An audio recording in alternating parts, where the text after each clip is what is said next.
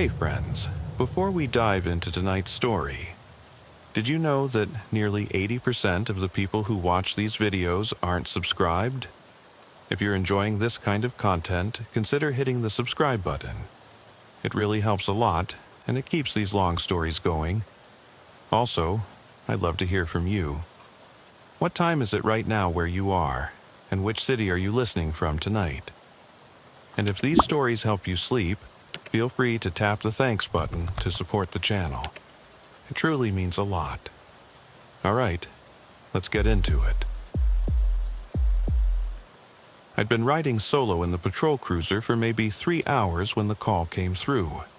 It was a welfare check, possible intoxicated male stumbling onto private property on the outskirts of Thornton Crossing. The dispatcher's voice crackled over the radio, soft static edging every third word.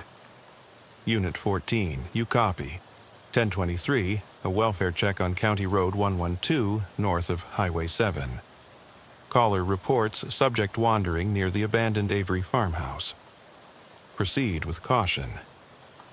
I flicked on the overhead lights, blue and white strobes pulsing against the dark, tarmacked road, and acknowledged 10-4 dispatch.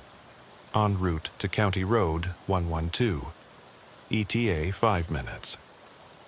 My partner, Officer Lisa Martinez, was off duty tonight. Driving solo wasn't my preference, but staffing shortages had been brutal this week. I let out a slow breath, checked my reflection in the rearview mirror. Sweat beaded at my hairline. I rubbed the back of my neck, willing myself to focus. The cruiser's engine hummed low, tires whispering over the gravel as I turned north. As I approached the dirt driveway leading to the old Avery property, the streetlights faded completely. Only the cruiser's headlights cut a tunnel of pale yellow through the black. Trees arched overhead, limbs clawing the sky.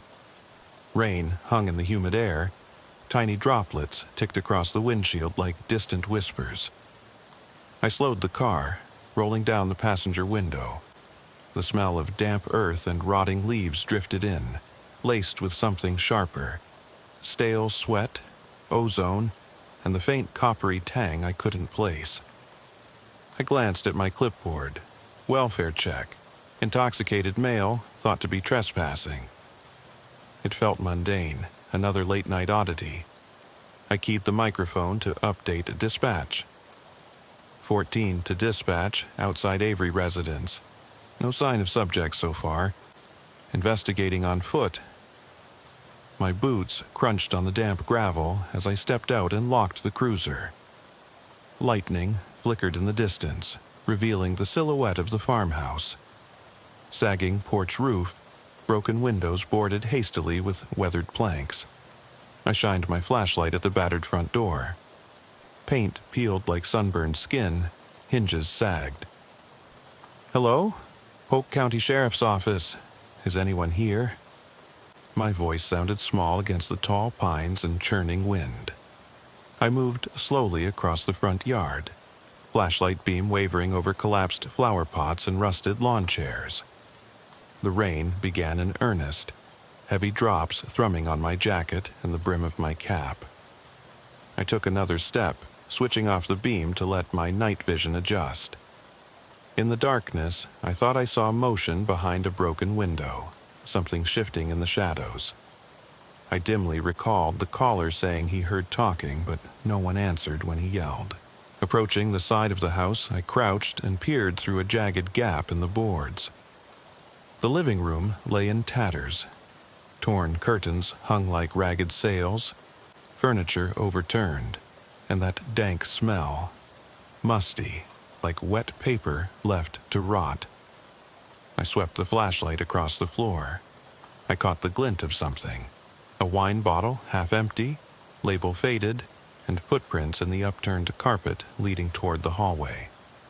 I stepped back as a low moan echoed through the rooms.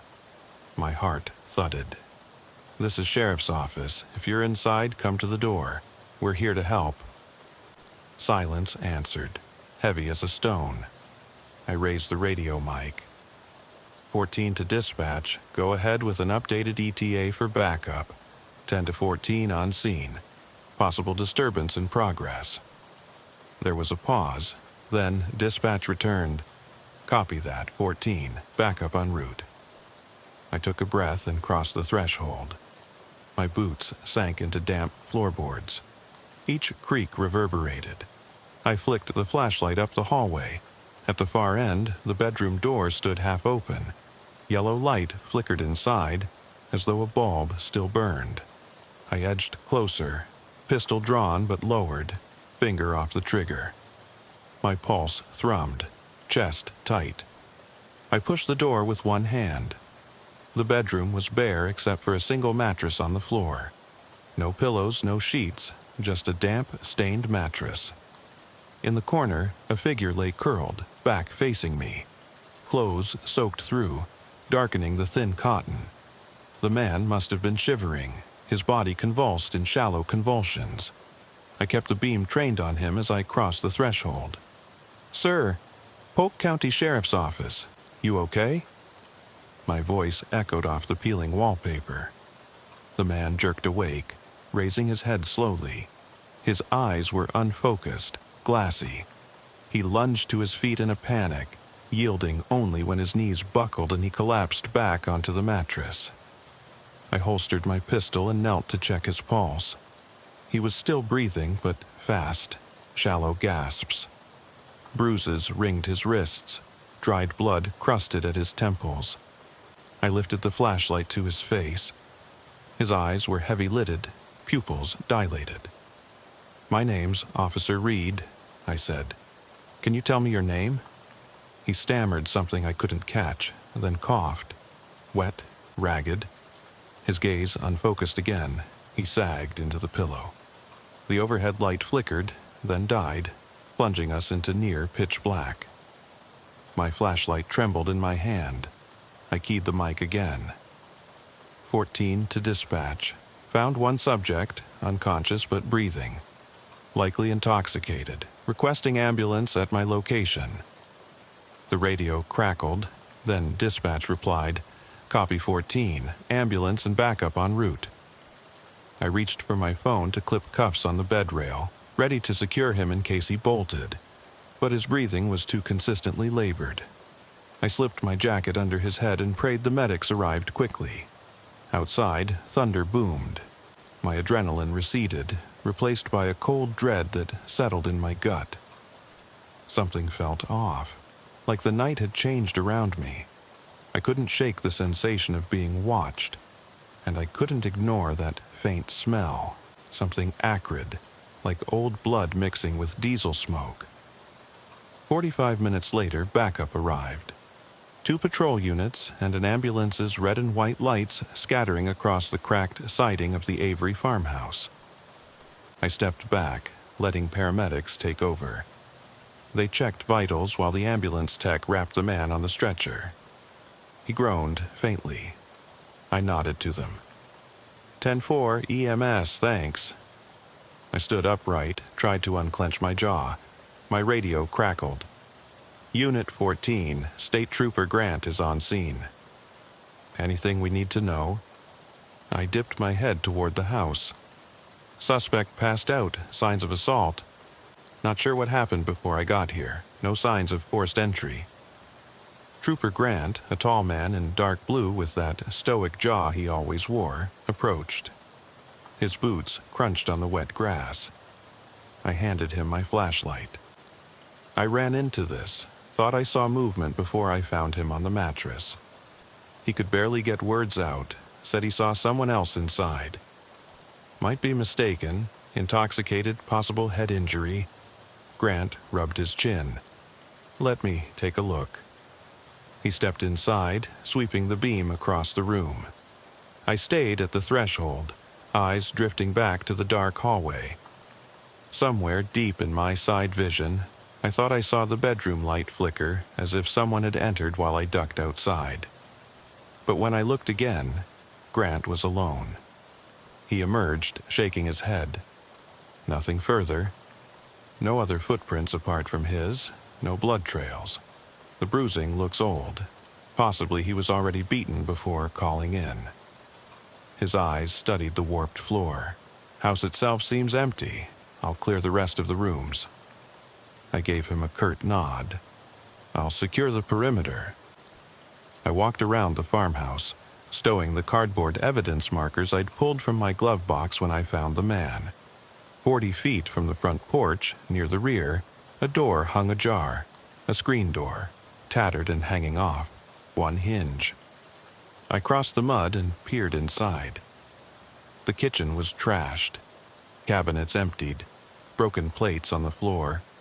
The overhead light swung in a slow circle as if knocked. My flashlight beam found a single photograph on the counter, oval, black and white. A family smiling in Easter Sunday finery decades ago. I picked it up, frowned. The faces were fuzzy but unmistakably a younger Avery family. Parents and 2 kids, all beaming. I felt my chest tighten. A creak sounded behind me, wooden floorboard near the back of the house. My heart jolted. I spun, flashlight aimed at the hallway. Silence. My ears rang as a sudden chill ran along my spine. I told myself it was a loose floorboard or the wind. The cold, late summer air held that tension you can taste. Something was wrong with this place. I stepped back out and found Trooper Grant brushing rain from his shoulders. "All clear inside?" I called. He nodded. "Looks like your guy's the only one here, nothing to suggest to anyone else." He pocketed his gloves. "But the smell persists. Where do you think it's coming from?" I leaned down, inhaled carefully. Copper tang, but underlying that was something burning. Old gasoline, maybe, or chemicals. Grant's brow furrowed. "That's not right. We need fire department hazmat backup." I thumbed my radio. 14 to dispatch. "Request hazmat and fire on scene. Possible chemical or accelerant residue inside the Avery property." Static hissed. Then, "Copy that, 14. Sending units now." Rain intensified, spattering the earth. We waited in the darkening yard. The man on the stretcher moaned as they loaded him into the ambulance. His eyes fluttered open. He stared at me, confusion bleeding into fear. I offered a quick nod, and the medic gave me the "I've got this" look. The ambulance pulled away, blue lights fading into the night. I sighed, looked toward the farmhouse. Bullet-pocked siding, boards haphazardly nailed over windows. This place should have felt abandoned for years, but the feeling was too fresh. It was as though someone had moved in last week. I realized I'd never seen anyone enter. Grant said quietly, "Cameras around here pick up any foot traffic?" I pulled out my phone, opened CAD for Thornton Crossing. The closest camera was a grainy feed on the main drag, miles away. "No CCTV here. All we have is what we find on scene." He met my gaze. "You up for calling this in to major crimes? I don't like how this feels." I swallowed, nodding. "Yeah, I'll let Captain Kessler know once hazmat clears it." I shut off the beam, and we trudged back to our cruisers, the only sound our boots sucking in clumps of mud. Lieutenant Kessler's office was small, fluorescent lighting buzzing overhead. Early morning sun crept through the blinds, thin slats casting stripes across the linoleum floor. Kessler, a grizzled man with silver-streaked hair and perpetually tired eyes, looked up from the report I'd just dropped on his cluttered desk. "So, what did you find, Reed?" I closed the door behind me, keyed my jaw. Victim was intoxicated, likely assaulted prior to calling 911. No obvious suspects at the scene. Hazmat reported traces of unknown chemicals, possibly accelerants or pesticide residues, lingering in the floorboards. I slid a printed photo of the old family portrait across the desktop. Kessler picked it up, studied it under the overhead lamp. The Avery place burned down 2 decades ago. No residents since. What's someone doing squatting there? I shrugged. Don't know, but it's too fresh to be just vagrants. He said he saw someone else inside when I found him. Heavy smell of something chemical, like something was cooked or dissolved on the floor. My voice lowered. I've been thinking. Maybe it's some kind of lab setup. Meth, fentanyl cooking. But why the pointy injuries on his head? Looks like blunt force trauma, maybe from a pipe or a prior beating. Kessler rubbed his chin, eyes closing for a moment. Lieutenant Carraway will want this in major crimes. Sounds like you stumbled on something far outside a simple welfare check. He stood, gesturing toward the door. Paperwork on my desk? I'll call Carraway. You're off the initial call for now. Go home. Rest. We'll get you back in when we know more. Hugh's voice faded behind me as I walked out, but my mind churned with every detail. The coppery smell, the bruised subject, the wrecked kitchen, and something else. A half-erased phone number scrawled in red pen on a torn sheet of cardboard in the living room. Digits I couldn't make out clearly. My gut told me it was a phone number to something sinister, like a wire to bigger players. At home, I poured coffee and forced myself to sit in the living room, replaying the incident. My phone rang. Unknown number. I ignored it as I did the second call. Perhaps that was rookie behavior. Maybe evidence waited right there on the caller ID. But something free-righted my mind. A quiet dread that someone had known I'd find him. Something watched me, then vanished. Sleep came in fits. When I drifted off, I dreamed of static, of broken glass, of a face too blurred to see but feeling full of rage. I woke at 2:17 a.m., sweat-soaked shirt sticking to my skin. The digital clock's glow felt too bright, mocking me. I lay there listening as thunder rolled in the distance. I tried to shake it, telling myself I wasn't back at the Avery house, but I couldn't outrun the images in my head. I didn't stay home long. I called Carraway at 0400. He barked something about needing my statement firsthand.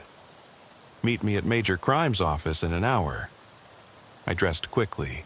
Uniform shirt swapped for plain clothes, jeans, and a long-sleeve polo. I grabbed my badge, service weapon, and a fresh flashlight. At Major Crimes, a half-dozen detectives huddled around a conference table littered with evidence bags. The victim's torn jacket, a battered liquor bottle, and samples of chipped floorboard fragments. The lead detective, Marisa Vega, gave me a curt nod. "Reed, walk us through your entry." I paused, took a breath. I arrived on scene at 0230, found subject on bedroom floor, unconscious. Signs of assault, bruising on his scalp, chemicals in the kitchen, no other footprints. Subject's testimony unclear. Said he escaped someone chasing him. Hands shifted paper. Vega's eyes sharpened. Chasing him how? I shook my head. He couldn't say. He mumbled something about a tall man who dragged him inside.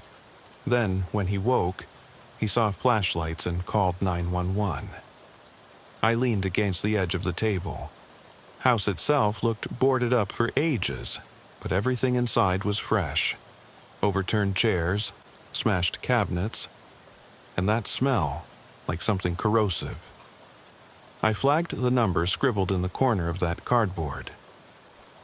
I pushed the photograph of the cardboard number toward Vega. She peered at it. Likely a burner phone. We've dispatched someone to amplify the image, run it for leeway. Detective Jones piped up. We traced the VIN on that liquor bottle. Owner's name from a store in Fairview. They sold it 3 days ago. He clicked a link on his laptop to display a GPS map. Camera near intersection saw a silver sedan at 2230. Subject likely in that car. We're running the plates now. Someone murmured acknowledgement. Vega turned to me. Anything else you noticed? I hesitated, recalling that odd draft in the hallway, like a door left open too long. When I looked out the window after taking him to the ambulance, I thought I saw a silhouette in the tree line, someone standing, watching the house. I dismissed it as my imagination. I winced. Maybe that was stupid. She tapped her pen. Not stupid. That silhouette might be our primary person of interest. Could have been perched near the old barn foundation, still standing just off the kitchen door. She pointed to a satellite image. We've got a K9 unit sweeping out there now. You were right. Subject was forced in. We found footprints in the mud leading from a broken fence post. My stomach nodded. So someone comes out here to conduct whatever they're doing. We might have a lab or a meeting spot. The detectives shuffled files, toxicology reports, call logs, witness statements. By 0600, they'd interviewed the ambulating victim. He said the man who chased him wore a dark hoodie, face obscured by shadows. He said he heard the man mutter something about finishing the deal before slamming him against the wall.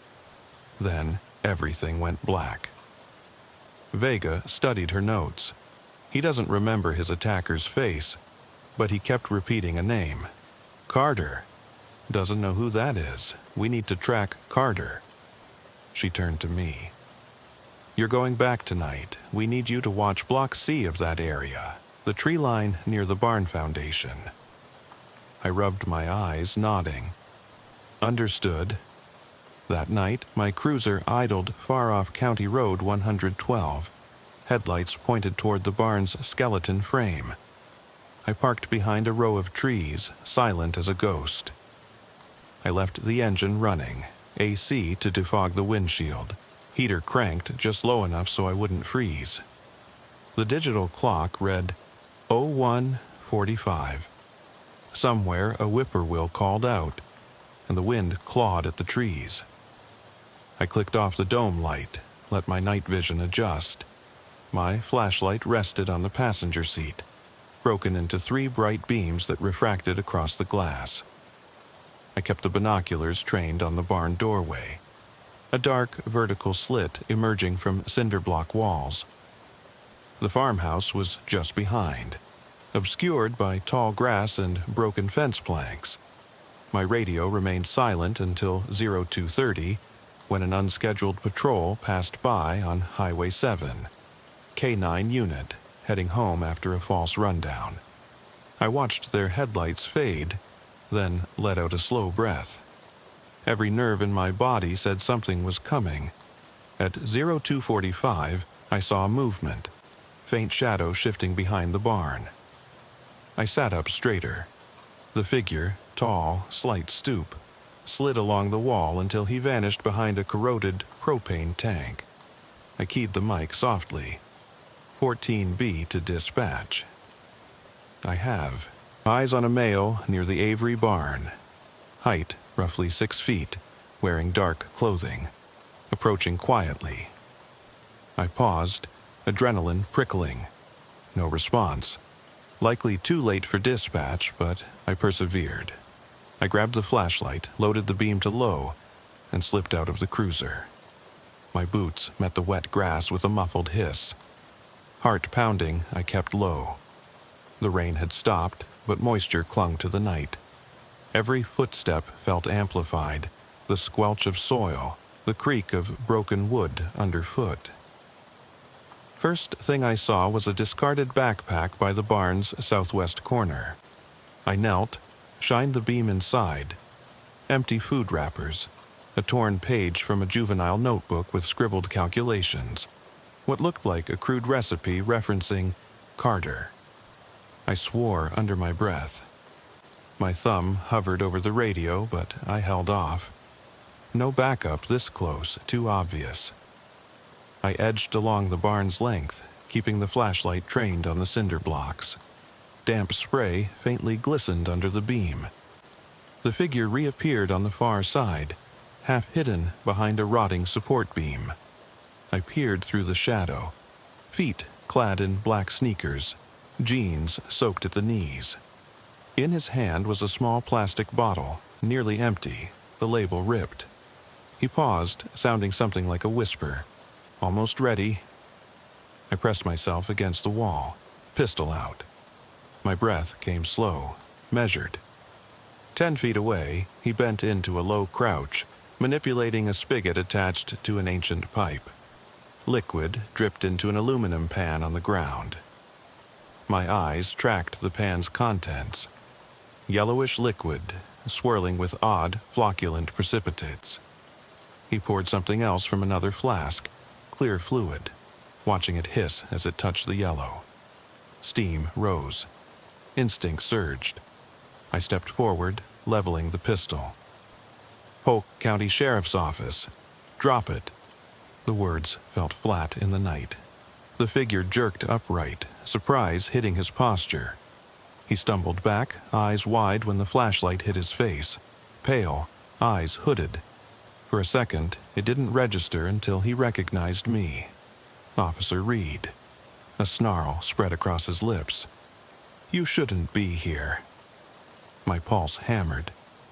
"You think I won't? Step away from that pan." The beam revealed a crude burner beneath the pan, tubing snaking toward makeshift filters. It was a drug lab, fentanyl or something worse. My stomach twisted. I took a breath, edging closer. "You're under arrest." He nodded once, lips tightening. Then he turned and bolted toward the tree line, boots thudding as he ran. I fired a single warning shot into the air. "Stop! Police!" He vanished into the woods within seconds. I chased after him, flashlight beam slicing through low-hanging branches. Branches scratched my face, soaked my uniform. I hollered, "Come out with your hands. This is your last warning." No answer. I reached a muddy clearing where the only footprints were his and mine. They trailed off toward a creek bed. I jogged down and found him near the water's edge, squatting, rummaging through a plastic bag for a small bundle. I leveled the pistol again. "Freeze. Get on your knees." He spun, eyes blazing. In one swift movement, he lunged at me, swinging something heavy, a ratchet wrench. I barely blocked it, steel ringing against steel.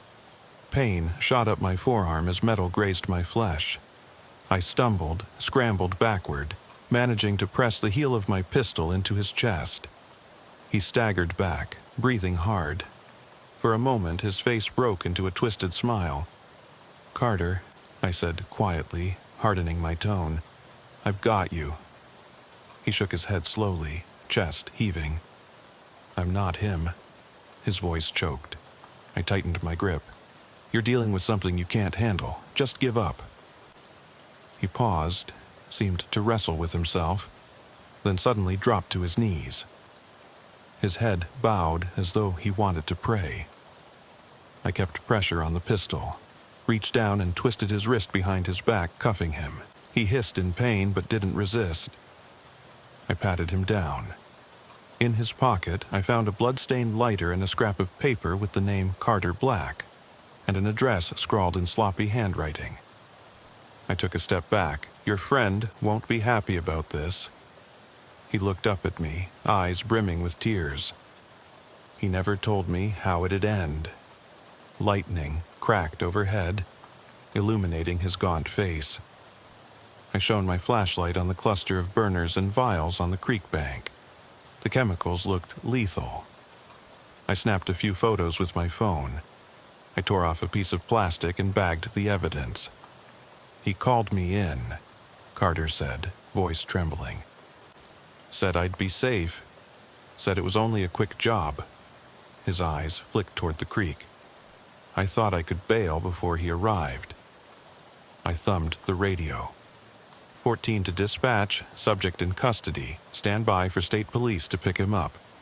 Hazmat's already on site. I ended the transmission. He stayed quiet as I guided him back toward my cruiser. My mind whirled with questions. Who was Carter Black? Who was the man who dragged the other guy into the house? I jogged back and unrolled crime scene tape to secure the barn perimeter. I strapped Carter into the rear seat, slamming the door shut, then walked back to the debris. The creek's murmur felt godless. Moonlight glinted on the rusted burner flames. I knelt and dusted wet dirt off the nearest pan. Smells of ammonia and chemicals filled my nose. My stomach convulsed. I reached for my radio. 14 to dispatch. Request state police and hazmat for an active clandestine lab. Possible homicide in progress. My voice shook, but I forced it level. A breeze swept through the clearing, rattling loose boards from the old barn. I froze, certain I heard distant footsteps. Another person hiding behind the trees. My flashlight beam swept left and right, empty. Only swaying branches, moonlight glinting on wet leaves. But my gut screamed that I wasn't alone. By dawn, the barn was barricaded with police tape. State police had arrived, and hazmat teams flanked the perimeter. Carter sat on the curb, his hands cuffed in front, face pale as bread. I knelt beside him. "You need coffee?" He shook his head. I patted his shoulder. "Camera vans will be here soon. Medics already took that first guy to Mercy County Hospital. He's in stable condition." He sighed. I never wanted to hurt anyone. His voice cracked like bone. I swallowed. "Your job was to help Carter Black. That name, did you know him?" He blinked. "I thought Carter Black was my cousin's nickname. I never saw him. Only heard his voice on the phone." He exhaled. "They said, 'Come here and mix.' Said it was for the people uptown." He cocked his head toward the farmhouse, off limits now. "They called that place the old Avery Lab." I stared at him. "Uptown, as in the city's homeless population?" He's too wired to answer. I looked to the hazmat crew, lowering their respirators. Carrots on a stick, he'd fallen for a trap. My heart tightened. "We'll get to the bottom of this." I stood, brushing dirt off my knees. Detective Vega joined me, clipboard in hand. "Did we glean anything from him?" I nodded. "He's just a runner. Never saw his boss. The code name Carter Black, a phone contact, no photo." She rubbed her temple. "Classic. We'll need warrants to trace every burner phone ping in this county since last week. And who knows how many labs." She sighed. "We're seeing the tip of an iceberg." I followed as they moved up the roadway to block traffic, securing the scene. The hazmat team emerged, carrying bags of vials and a small cooler. The creek bank had been washed and swabbed for fingerprints, samples placed into sterile boxes. I snapped a few more photos for my report. A rumor whispered through my gut. Someone was watching. I stepped aside as a camera drone lifted overhead, buzzing like a wasp. The beam passed over me, leaving me exposed, tiny and vulnerable. My pistol still felt heavy at my hip. I tried to shake off the uneasy sensation that we'd overlooked something. By late afternoon, Carter was loaded into a state police cruiser. He looked up at me, eyes hooded. "You'll find him," he said quietly. "He always covers his tracks." I nodded, staring at his reflection in the window as they drove away. I wondered if he was talking about the man who forced his way into the Avery house and left the first victim so bruised. Perhaps the man standing in the barn shadows. Someone still out there. Back at the station, I buried myself in paperwork. Incident reports, lab analysis requests, call logs.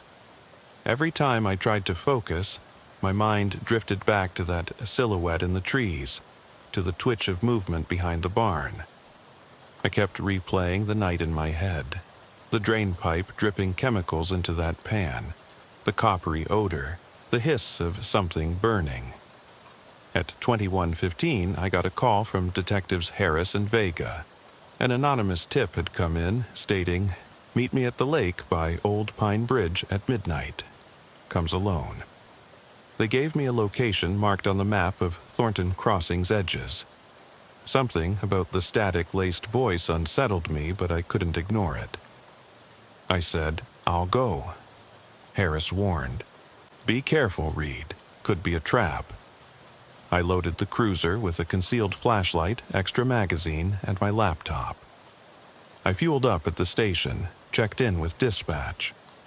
14 to dispatch, watch Channel 2. Subject might come to Old Pine Bridge. I'm en route. They replied, copy that.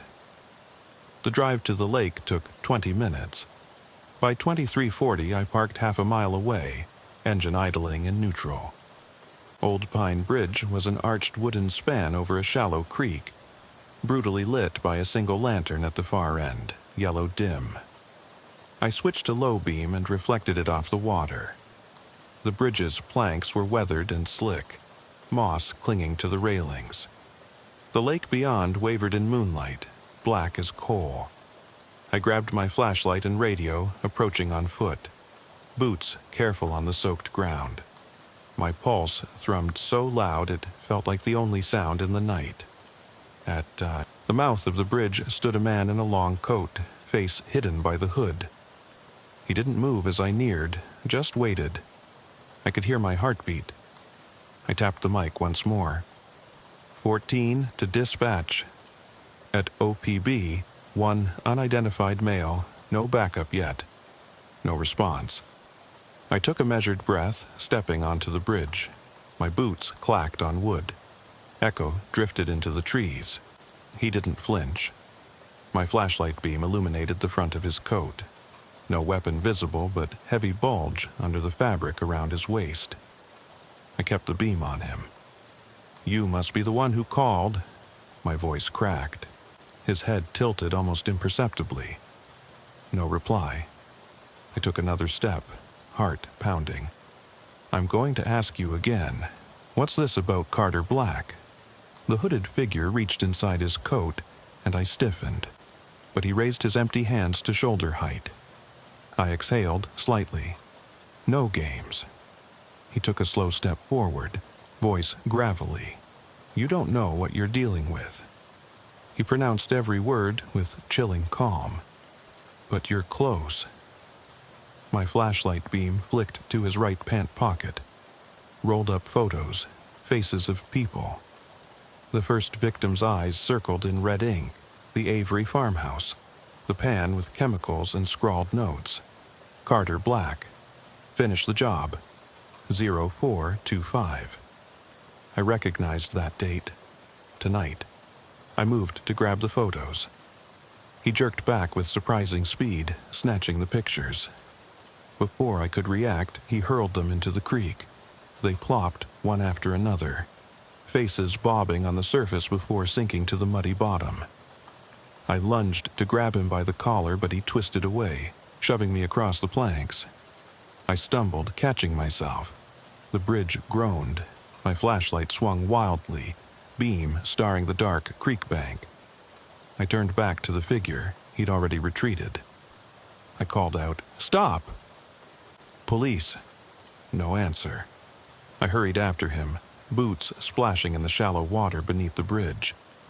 He'd vanished into the woods by the time I splashed onto dry land. Investigation would show tree limbs scratched and deep footprints pressed into mud. But in that dark forest, I saw nothing but rotted logs and tangled ferns. The man was gone. I raised the flashlight overhead. Rain'd begun again, fat drops spattering on my scalp and shoulders. I scanned left, then right, then the bridge behind me. Nothing. My radio sighed. 14, do you copy? I took a breath. Dispatch, I'm at the bridge. No sign of the tipster. Static crackled. Stand by on channel 1. Backup will check area at 0400. I exhaled, effort leaving my limbs. The wind twisted the trees into strange shapes. I jogged back to the bridge and retrieved my flashlight from where it had fallen onto the planks. The one lantern still shone, its flame flickering like a dying eye. I turned it on, walked the length of the bridge checking for prints.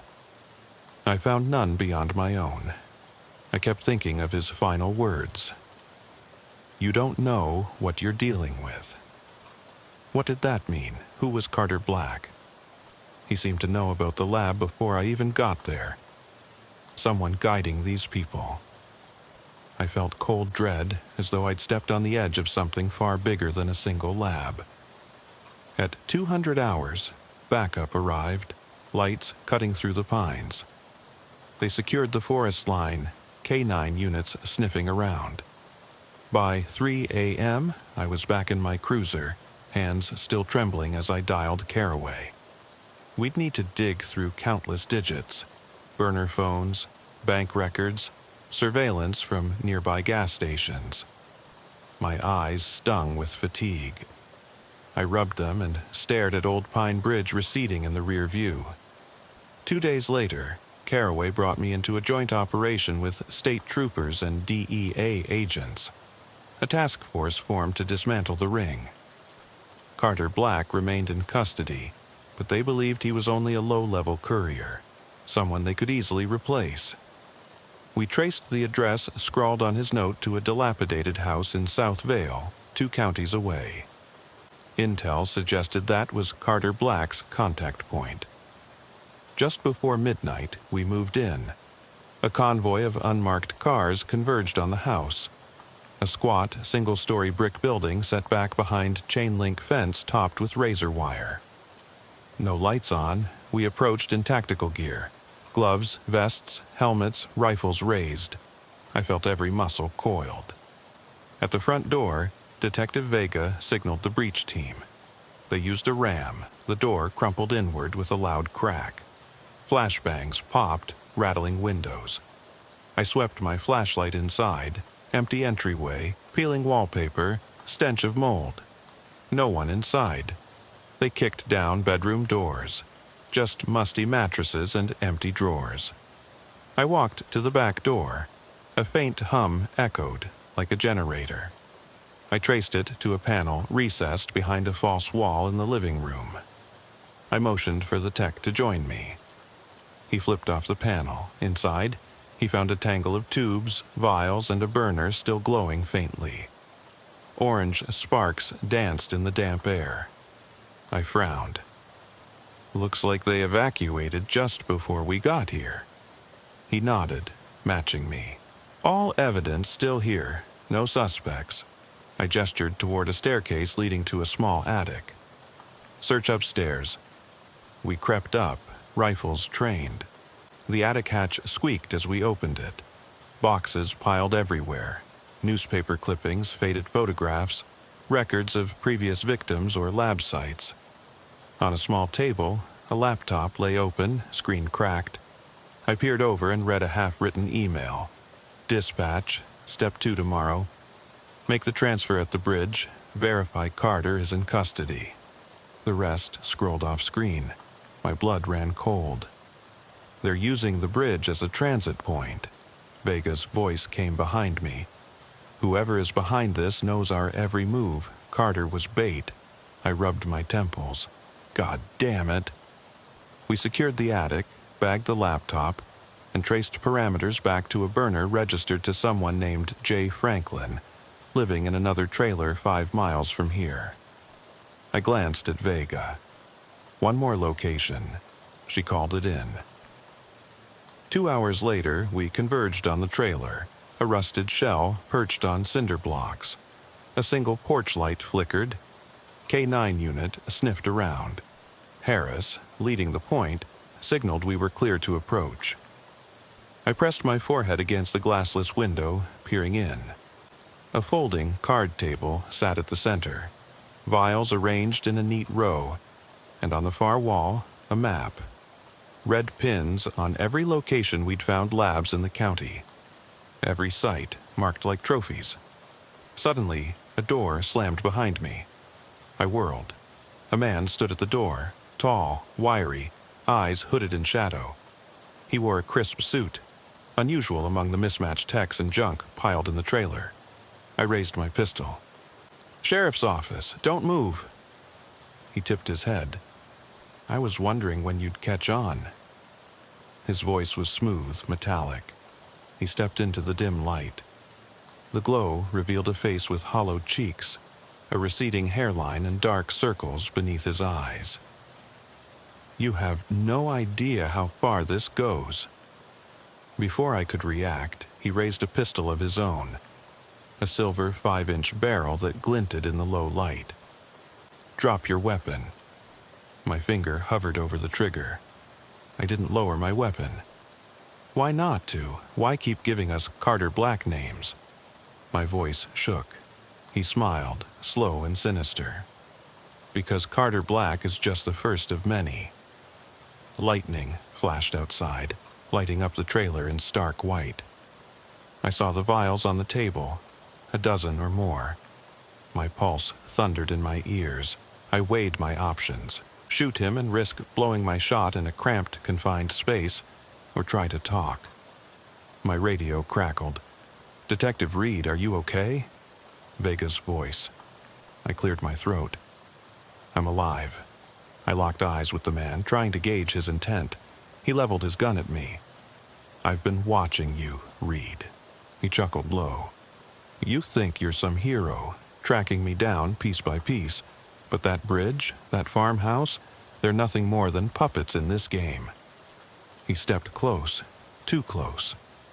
I felt sweat drip from my brow. My heart thundered. I edged backward, pistol aimed low, trying to keep him in my sights. "You're going in cuffs tonight." He tilted his head. "We'll see." As he spoke, he flicked a switch on a small remote in his left hand. The crate beside me, stacked with cardboard boxes, shook. I glanced down. Inside one box sat a plastic canister labeled compressed chlorine gas, valves blistered and corroded. My breath caught. The man had a gas bomb. I snapped to Vega's voice over the radio. "Reed, backup's outside. You have to hold on." I flicked my head toward the attic. The man's eyes followed, then he grabbed my collar and jerked me forward. He tossed me against the wall. I crashed into peeling wallpaper, pain radiating along my back. He pressed the remote to a red button. A hiss filled the room, icy, like liquid fire. I coughed as white mist enveloped us both. Pain burned my lungs. My flashlight beam danced erratically. I heard Vega shout, "Breach!" The door burst open. The silhouette of 3 officers loomed in the haze. I slammed my eyes shut to focus. My lungs screamed for air, but the haze had engulfed my vision. In that white blur, I saw the man standing tall, gun trained on me. Then a sudden crack. The man's chest jerked, and he slumped backward as a single shot rang out. Detective Harris stepped into the doorframe, pistol smoking. The man crumpled where he stood. I coughed, trying to clear my throat. Vega appeared beside me, jaws clenched. "Are you okay?" I panted, leaning against the wall. "I think so." My lungs felt raw, burning. Harris knelt beside the fallen man, checking for a pulse. "He's cold," Harris said softly. The room still hissed with gas. Someone cracked a window, letting fresh air rush in. I sat down, knees against the wall, chest heaving. The man on the floor. No ID on his suit jacket, only a small lapel pin. A stylized black snake coiled around a dagger. I recognized it from the Avery house's burned-out foundation, etched into an old metal door frame. Vega approached, face drawn. "This was your ringmaster. The one behind the labs." She crouched next to the body. "His partnership spanned half a dozen counties. We'll need to inform the feds." I nodded. I felt raw grief, anger mixed with relief.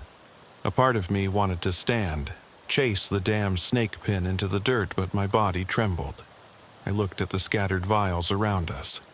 Poison, death, chains of pain we couldn't yet unravel. I realized, even if he was gone, the network still existed. More Carter Blacks would emerge. I pushed myself up, hand shaking as I holstered the pistol. Vega handed me a pair of gloves. "We'll process this. You need medical." She guided me toward the door. I glanced back once at the snake pin, twisted and abandoned in the filthy carpet. It felt like a promise. This wasn't over. 2 weeks later, I rode solo again, but everything had changed. The Avery farmhouse was demolished. The barn burned under controlled conditions. Detectives continued arrests across multiple counties. Small-time runners like Carter Black.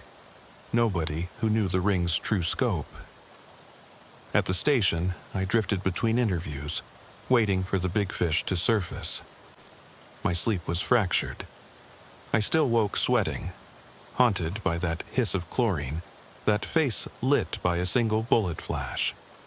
At 200 hours, I found myself standing at the kitchen sink, stubbing out a half-burned cigarette, staring at my reflection. Eyes glassy, haunted. On that morning, Carraway found me at my desk, eyes meeting mine. "We've got a lead," he said. I straightened, heart jolting. He slid a printout. A single name in Capitol Bureau of Investigation.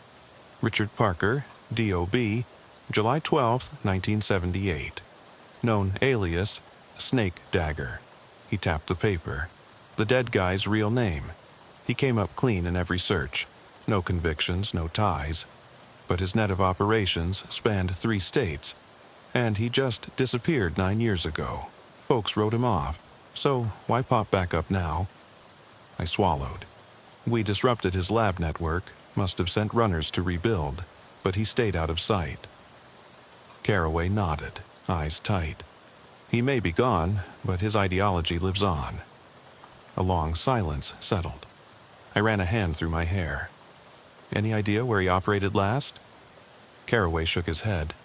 Some CFO records show money funneled into cryptocurrency wallets, possibly funding sleeper cells. His voice dropped. We couldn't get warrants without knowing more, so for now we keep eyes on any chem labs flagged by hazmat, any unknown persons matching his description. I exhaled, tension sagging my shoulders. I'll watch the DVR feeds on Old Pine Bridge. Might catch him if he tries returning. It was a Tuesday when I noticed something new. A black sedan idling across from the bridge at 1300. I was stationed in the same unmarked cruiser, camera dragging on. I kept low, eyes fixed on the shrouded road. The sedan's brake lights glowed faintly. After 10 minutes, a man in a black hoodie stepped out. Thin frame, head down, sneakers glinting with a reflective strip. My breath hitched. He moved gorilla-like toward the bridge, purposeful, cautious. I radioed dispatch. 14 to dispatch. Possible Richard Parker at Old Pine Bridge.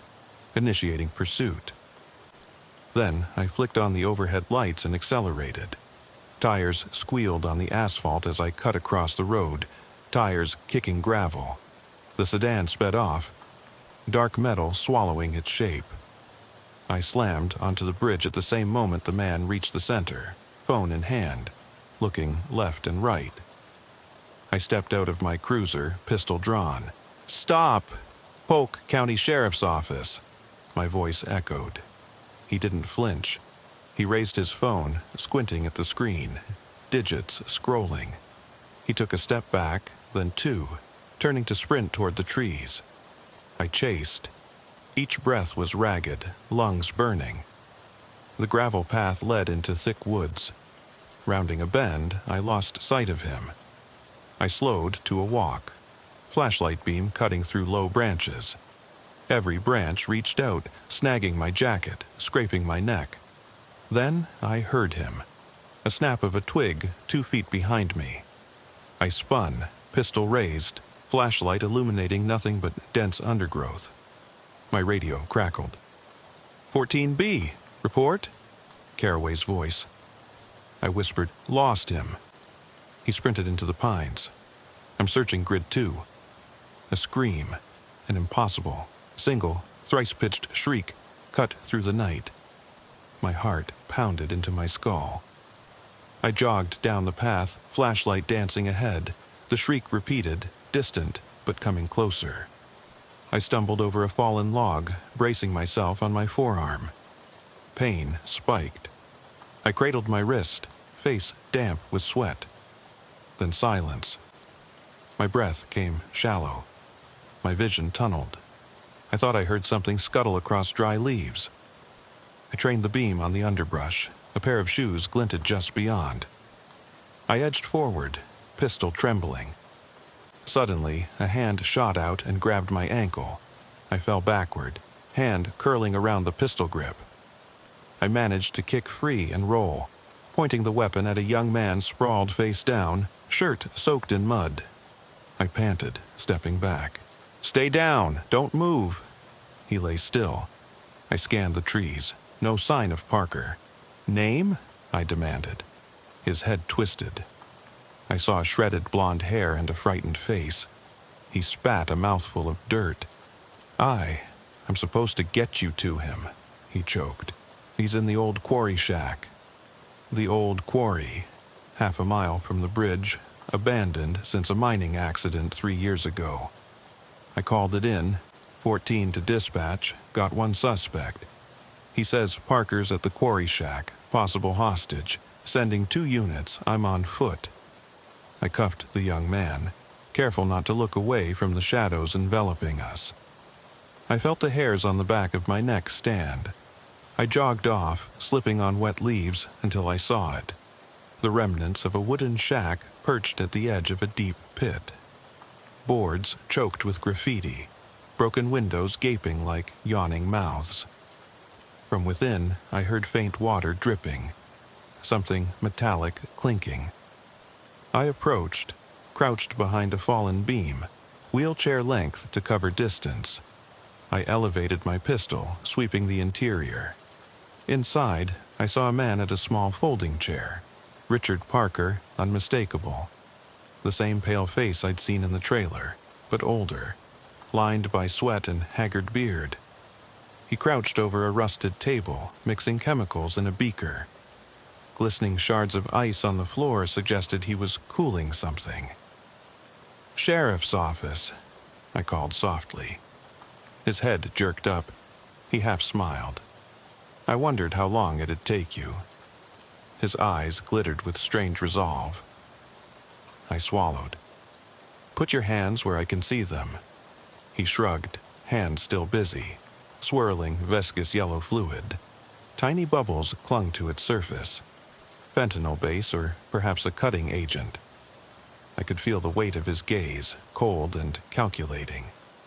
"You destroyed my network, Reed, but you never found my ultimate recipe." He flicked a switch. My flashlight caught a cylinder near his feet. A pumped canister, a valve cocked open. I froze. "Don't you dare." Rain started again, a few drops hitting the tin roof. He stood slowly, tilting his head.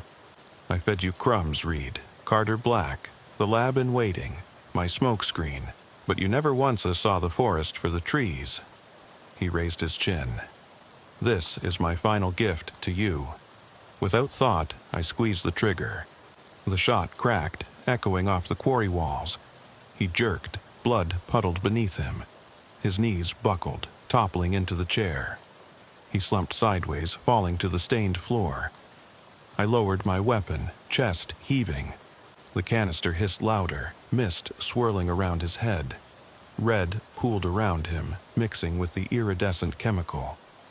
I dropped to one knee, kicked the canister valve shut. The hissing slowed, then ceased. Parker gasped, eyes wide. He reached a shaky hand toward me. I covered him with my pistol.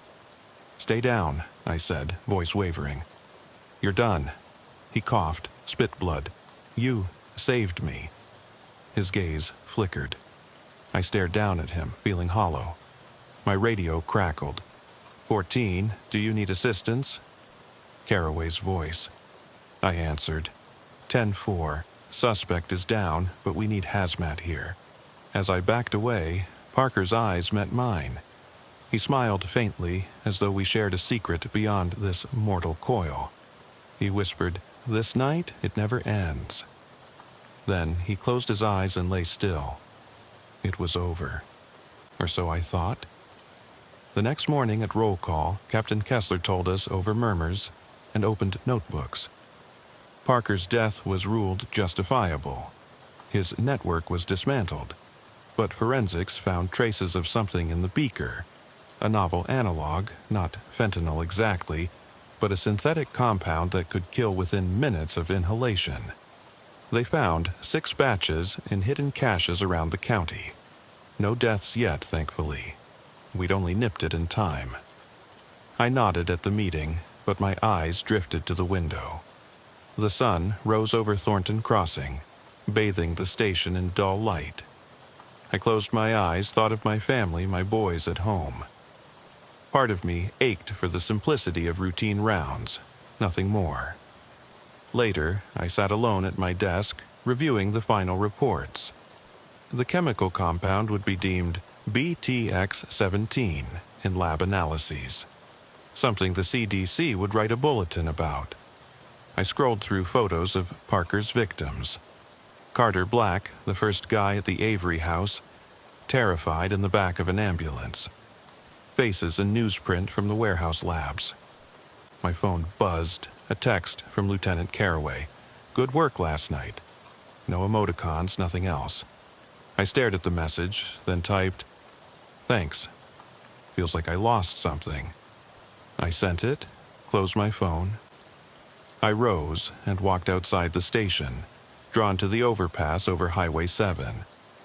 Below, cars sped by, 10 cars every minute, headlights like glowing insects. It was nearly 1800 hours, but dusk was already settling. I leaned on the guardrail, adjusting my uniform belt. The wind carried a distant whine, sirens maybe, or the hum of traffic.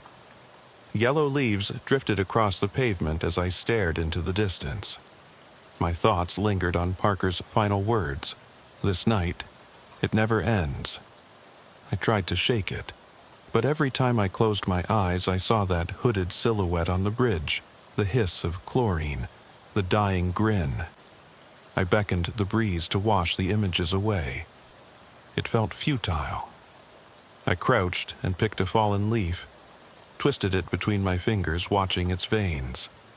In my mind, I replayed the night again.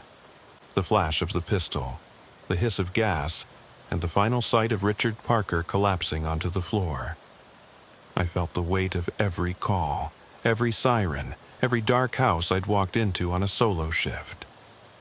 A knot of dread coiled in my gut, reminding me this was far from over. There would always be another Carter Black, another hushed whisper of chemical synthesis on the wind. The world was full of monsters. Some you could chase down and put in cuffs.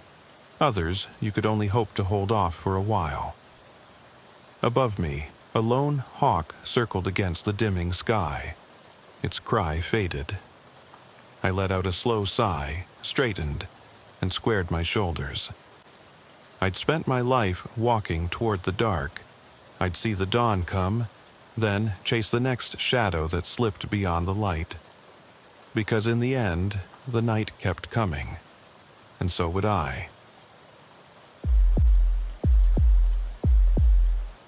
I still remember flipping the cruiser's ignition switch and hearing that familiar thrum, the engine settling into a low rumble beneath my seat. It was October 12th, 2019, a Saturday night, but there was nothing festive about it. The rain had been falling steadily for hours, draping Easton County in a damp fog that made every street lamp's glow seem jaundiced and distant.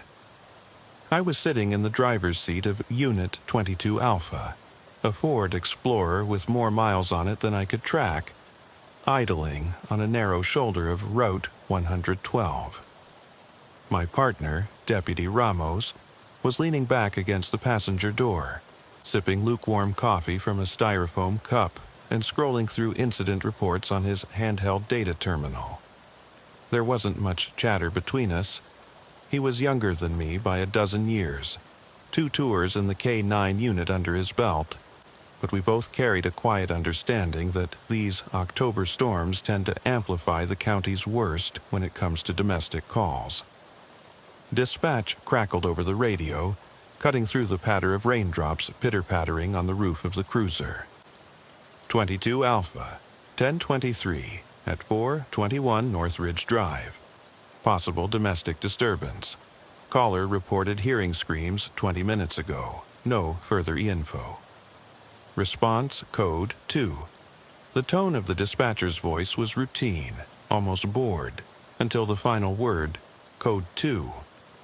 That meant no lights and siren unless the situation escalated. But under a night sky, this heavy with rain, sometimes going in too slow, left you in just as much danger as rushing in too fast. I clicked the mic. Copy that, dispatch.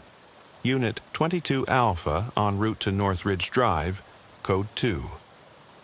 I set my cup of black coffee in the center console and shifted the vehicle into drive.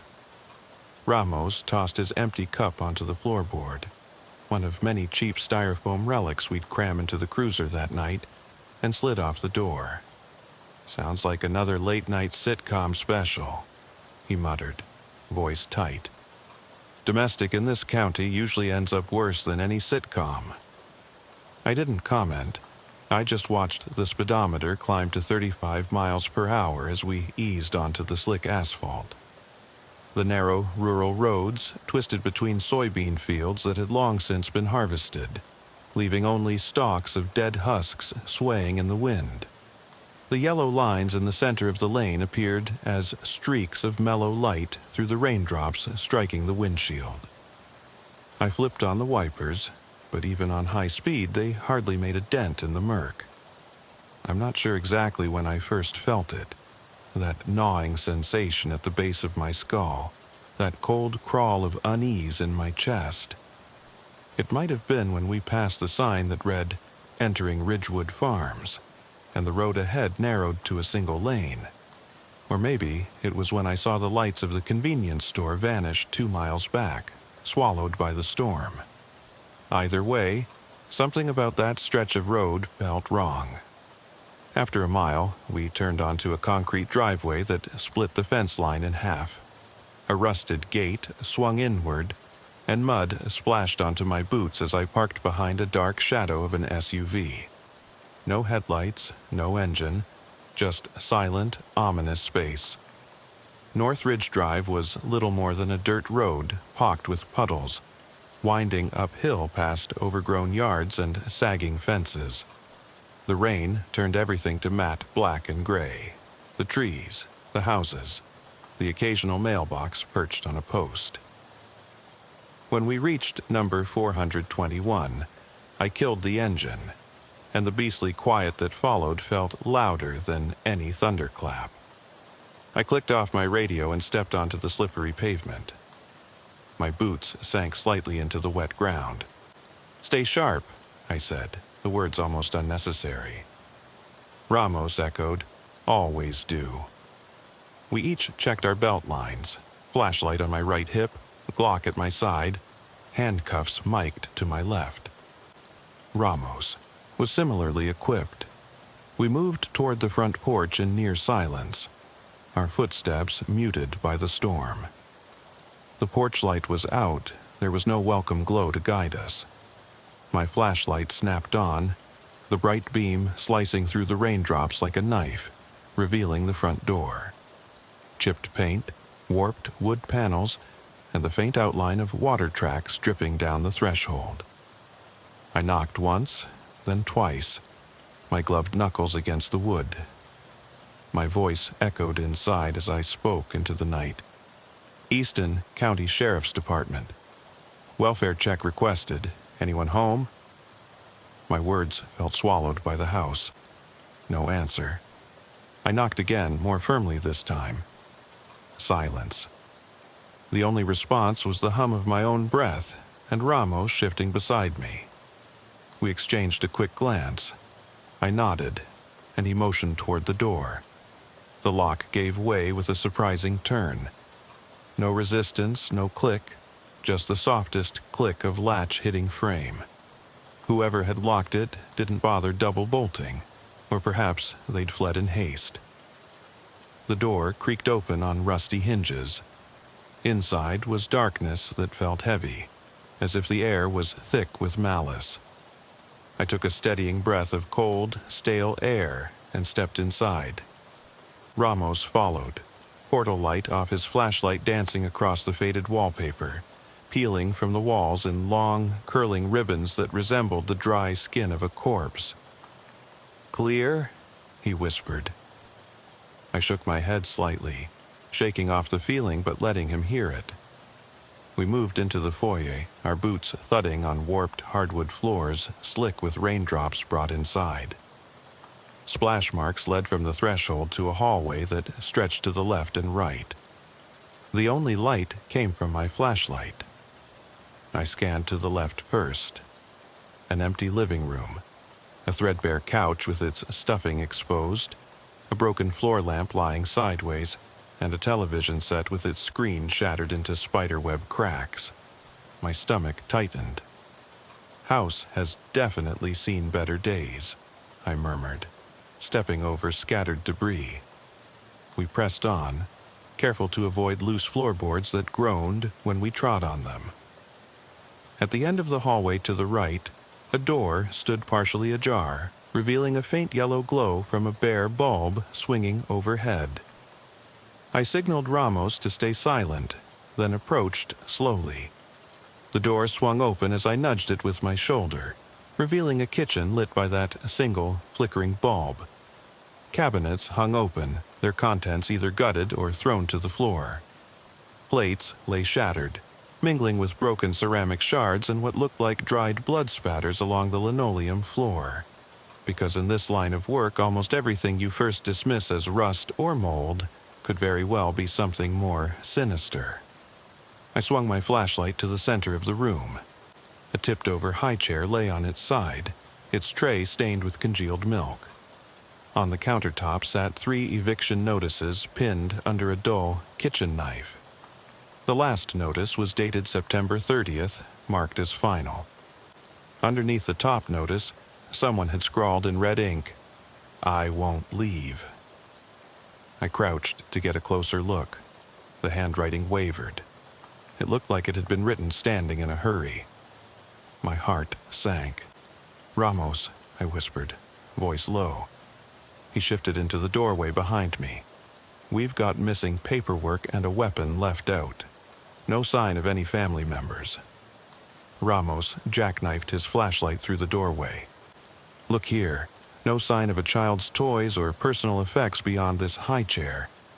Even if they left in a hurry, I'd expect to see shoes, backpack, something.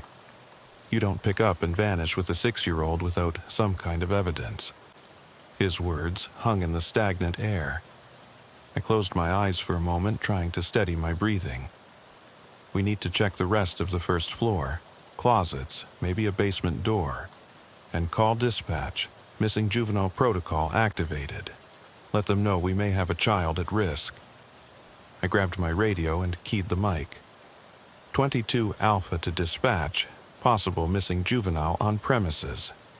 Child's high chair overturned. No visual on occupant. Code 3 needed. Send backup and EMS to the location. Dispatch responded crisply. "Copy that. 22 Alpha. Code 3 backup en route. Response units ETA 5 minutes. I clicked off the radio. The second the words left my lips, I felt the weight of the moment settle like a physical force against my chest. A missing child call is always the apex of fear. Once you admit that a child could be in danger, there is no turning back. Ramos circled the kitchen, sweeping the flashlight across the floor. I moved to a door next to the refrigerator labeled pantry. I tested the doorknob, but it was locked from the inside. I tapped sharply on the wood. "Pantry, we're law enforcement. Open up." No response. The hinges groaned. The lock turned easily, and the door swung inward to reveal floor-to-ceiling shelves, all cloaked in shadow. I stepped inside and swept the flashlight across the cans of expired soup, dusty boxes of cereal, and an overturned ladder. No footprints in the dust, only a single, muddy footprint near the far corner of the pantry, where the concrete floor was stained with something dark. I knelt, my fingers pressing against that stain, and realized it was blood, a thin crust, dried and flaky. By the time I straightened, Ramos had found a basement door behind the refrigerator. "Sir, there's a hatch here. No lock, just latched. I'm opening it." He lifted the latch, and the stairs creaked open to reveal a set of wooden steps descending into darkness. A cold draft curled up from below, brushing my spine in icy kisses. I signaled him to spotlight the stairs while I moved to his side. We each clicked on our flashlights, the beams meeting in a tunnel of dim yellow light that revealed plaster walls spotted with mold and mildew. At the bottom, water pooled in small puddles, as if the foundation was seeping and this place was slowly drowning. My radio crackled urgently behind me. 22 Alpha, be advised. Patrol Unit 17 reports a toy truck found outside, southeast side of house. Toy matches description from caller. I exhaled, forcing calm into my voice. Copy that. Dispatch, send K9 unit for track. Hold any perimeter until we get clearance. I looked back at Ramos. Leave the hatch half open. We need to secure the perimeter outside in case whoever's down there left through a window or side door. Let's move, but stay alert. This place is a maze. We ascended back into the kitchen, each step feeling heavier than the last. Something small, too small, was at risk out there. I motioned toward the side door at the far end of the kitchen. A steel door with a narrow window cracked by age. Rain leaked around its edges onto the floor. But beyond that stain of blood near the pantry, that window was our only path outside. I turned the knob, and it opened inward despite the rain beating at it from outside. We stepped into the backyard, and I immediately caught sight of a narrow trench running the length of the property line. A drainage ditch carved into the earth, half filled with muddy water. At the far end of that ditch lay a single red plastic toy truck, partially submerged, yoke yellow wheels spinning lazily in the current. My stomach turned. "Jasper," I called out softly into the darkness. A few minutes later, I heard the rapid footfalls of the K9 unit approaching. Deputy Nguyen and his German shepherd. The dog's collar light bobbed like a lonely star in the blackness. "Jasper, track," Nguyen whispered, and the dog lowered its nose, nostrils flaring. Ramos and I moved aside as Jasper padded down the embankment of the ditch, his front paws slipping in slick mud. The K9 cut across the yard with laser focus. I followed, shining my flashlight in his path. The ditch's muddy water lapped at the embankment, and the wind rustled the dead shrubs that lined the fence. An audience of skeletal branches clacking together. Jasper's bark echoed suddenly, sharp, urgent, breaking the hush. He'd located something deeper in the drain, a small sneaker stuck between rocks. I knelt and picked it up, a tiny red Converse coated in mud, still damp. My breath hitched. I felt a tremor ripple through my chest, like gravity pulling my ribcage tighter. I radioed dispatch. 22 Alpha to dispatch. Child sneaker located. Possible toddler still in drainage ditch. Send EMS to the location. In that moment, everything converged. The overturned high chair, the bloodstain in the pantry, the locked pantry door, and now the toy truck and sneaker. Clues that didn't add up to a voluntary departure. I glanced at Ramos. His face was pale, lips tight. I could see the same dread reflected in his eyes. We dropped into the ditch, the water up to our calves, cold and clinging. The rain had led up to a drizzle, but droplets still hissed on the surface. "Jasper, no further," Nguyen called, motioning us forward. I stepped carefully across slick stones, hinge joints cracking with each move. Ahead, I made out the silhouette of a small shape pressed against the farther wall, a child. My heart slammed against my sternum. Every training seminar, every cold call I'd ever been on came flooding back. How to approach, how to reassure, how to subdue. But this wasn't business. This was a scared kid, alone, shivering, in a puddle of filthy water. "Easy, buddy," I said, voice low and steady. I reached forward, pulling that shape closer. It was a boy, filthy and plumb cold, skin contrasting pale against drenched denim. Mud caked his coat, his eyes wide and glossy, pupils too large for a room this dark. I knelt in the water and cradled him. Hey, it's okay, I've got you." My uniform soaked up water, but I barely registered. "What's your name, kiddo?" I asked softly, though I already knew. Noah," he stammered, voice cracking, breathing ragged. "Where's your mom, Noah?" I glanced up to see Ramos and Guyan hovering at the ditches, edge, lights bobbing. I don't know. She said she'd be right back." The lie hung in the air. His tiny voice echoed against dirt walls. I felt my gut twist. Somewhere between the first knock on the door and now, a mother's fear had transformed into desperation. I didn't know which horror had possessed her. Eviction notices, threats of child services, or something deeper still. All I knew was that I had this child in my arms and the rest of the world could wait. I hoisted Noah toward my chest, balancing him as I climbed back up the muddy embankment. I felt each stone slip beneath my boot, the cold water pouring down my pants. Ramos reached a hand down, helping pull me the rest of the way up. Once we cleared the trench, Ramos wrapped his raincoat around Noah. I followed, eyes scanning the yard thrice as fast. The farmhouse behind me was a silhouette of broken shingles and shattered windows. I keyed my radio, voice clipped. 22 Alpha, juvenile secured. Send EMTs to the front yard, confirming possible juvenile in distress. Sending all units to clear the property for a foot pursuit. Dispatch returned. Copy that, 22 Alpha. Backup and EMS en route. Maintain perimeter. K9 assisting. I exhaled slowly, shoving my wet hair from my forehead. I looked down at Noah in Ramos's arms. He was trembling so hard I could see his whole body quiver.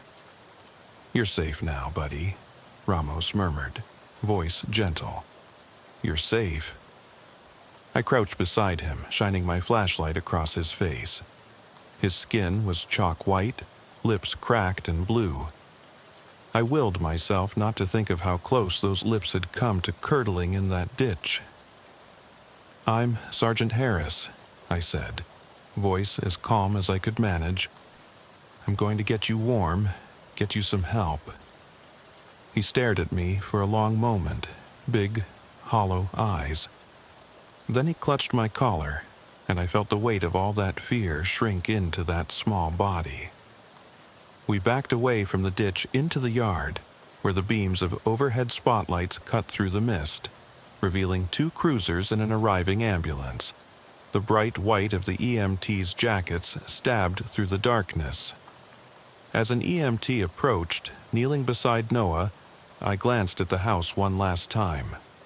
Nothing moved in those cracked windows. No sign of life. But I felt certain someone was watching us. Hidden. Waiting.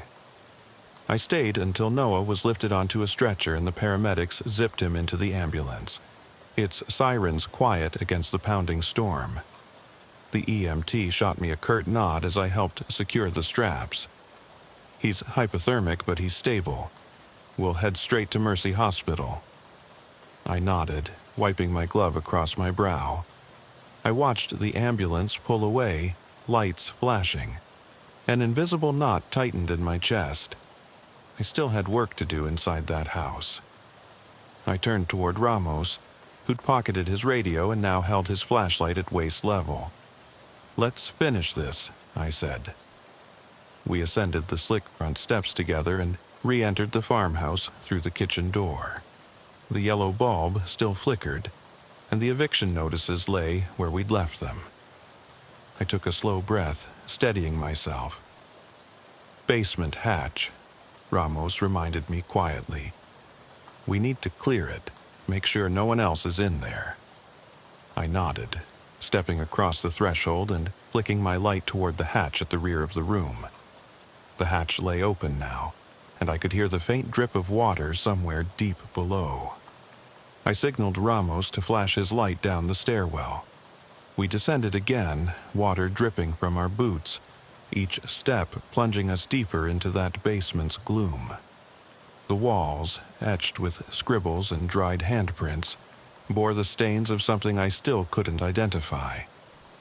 My beam traced a trail of boxes and broken furniture until it settled on a set of muddy footprints, leading toward a corner where a wooden workbench had been pushed aside. Beneath it lay a narrow trapdoor, roughly propped open. I rested a hand on the trapdoor's lip. The draft that came up smelled of damp earth and something else. Something sour, like old rot. "Subsidence," I murmured. "The crawlspace is collapsing. We need to be careful." Ramos cracked a half smile. "We've got bigger problems if we don't find whoever's down there. Let's hope the kid wasn't alone for long." I dropped to a knee, peering down into that hole. My flashlight revealed a muddy wedge of earth and debris, and, in the center, something that looked like shredded blankets, a tangle of fabric and cord. I reached down, feeling nothing but cold air. I couldn't help but think that time wasn't on our side. That pit was filling with rainwater each moment we waited. I looked past the trapdoor, trying to glimpse some hint of movement. But there was nothing. Just sickly yellow light, the tapping of water on wood, and the steady rhythm of my own heartbeat. I glanced at Ramos. "Cover me." He nodded and angled his light to shine on the space behind me. I braced my boots on the edges of the hole and slid down as quietly as I could, each inch of descent feeling like wading into some unnatural tomb. When I reached the bottom, my boot sank halfway into a thin layer of muddy water. My knuckles curled around the flashlight as I crouched, sweeping the beam across piles of refuse. Broken photographs, scraps of clothing, a child's drawing, crumpled and torn. Then I saw her, Emily, crouched in the far corner, arms wrapped around herself, her face pressed to her knees. Her hair was matted with mud, her clothes stained and torn. My heart seized. I flicked my light outward, shining it on her. She didn't move. I took a slow breath. "Emily?" I said quietly, as though speaking would wake her. Her head snapped up. Her eyes were hollow, glassy. She stared at me like I was an apparition. Before I could say more, her body convulsed in quiet sobs. I felt that old officer's restraint fighting to hold in my frustration and sorrow. There was nothing more terrifying than a deranged mother protecting her child by tearing apart her own mind. I knelt in the muck beside her. "You're safe," I said. "Your son's safe." She shook her head. "They're coming," she whispered, voice ragged. "They're coming for him." She shook my gloved hand away and pressed her face back against her arms. I closed my eyes for a moment, letting my breath even out. I needed to calm the situation, pull her away from a breakdown that could end in violence. Every training manual, every crisis intervention class came flooding back. I rose slowly, trying to keep my tone steady. "Emily, I'm here to help. Let's get out of here, okay? You won't hurt him." She shook her head again, pressing her face into her arms as the water rose around us. I glanced overhead. Water had begun leaking in, pooling at my ankles. If we didn't move fast, the crawlspace would become a death trap. I reached forward, extending my hand again. "Come on, I can't wait. We need to go now." She glanced up, tears coating her cheeks, and that was the moment I saw the flicker of reason return. It lasted only a heartbeat, then vanished. Yet it was enough. She took my hand, wincing as my grip lifted her. She clung to me, staggering as I helped drag her toward the trapdoor. As we emerged, Ramos was there, guiding a slippery-footed Noah into his arms. The boy looked up at me, wide-eyed, frostbitten, and uncomprehending. I paused, letting Emily pull her son close. She sank to her knees, hugging Noah protectively, as though his warmth would melt whatever held her gaze so empty. I stood aside, radio clamped to my shoulder. 22 Alpha. Suspect and juvenile secured. We need an ambulance and CIT team at the front door now. The radio crackled back. Copy that, 22 Alpha. EMS and CIT en route. Security perimeters complete. I took a step back, letting the paramedics push past me. They lifted Noah gently into a gurney, wrapping him in blankets and checking his vitals. I watched as they worked, feeling the weight of everything settle in my chest. Ramos moved to Emily's side, speaking low and steady. The CIT officers arrived moments later, stepping carefully through the mud. They knelt beside her, speaking soft words I couldn't hear. She refused to stand without Noah, but once the paramedics confirmed he was being taken to Mercy Hospital, she let them guide her gently into custody. I stood in the rain-drenched yard, hands pressed against my uniform pockets, watching the lights of the ambulance fade down North Ridge Drive. In the distance, more cruisers arrived, lights crimson and blue splashing across the fields. My radio crackled again, but I didn't respond. I knelt to pick up that crumpled drawing from the crawl space, the one of a mother and child under a bright sun, smiling. The lines were shaky, as if drawn by a child who never dared open the curtains to let the sun in. Standing, I tucked it into my breast pocket. The night felt colder than before, and as I climbed back onto the porch, I took a long, steadying breath. The kitchen door stood open behind me. The eviction notices and the blood-stained knife were gone, collected as evidence. I let my flashlight click off and closed the door gently, as if not to disturb something that had already been lost. The damp air wove through the cracks in the frame, carrying the faintest echo of a child's sob.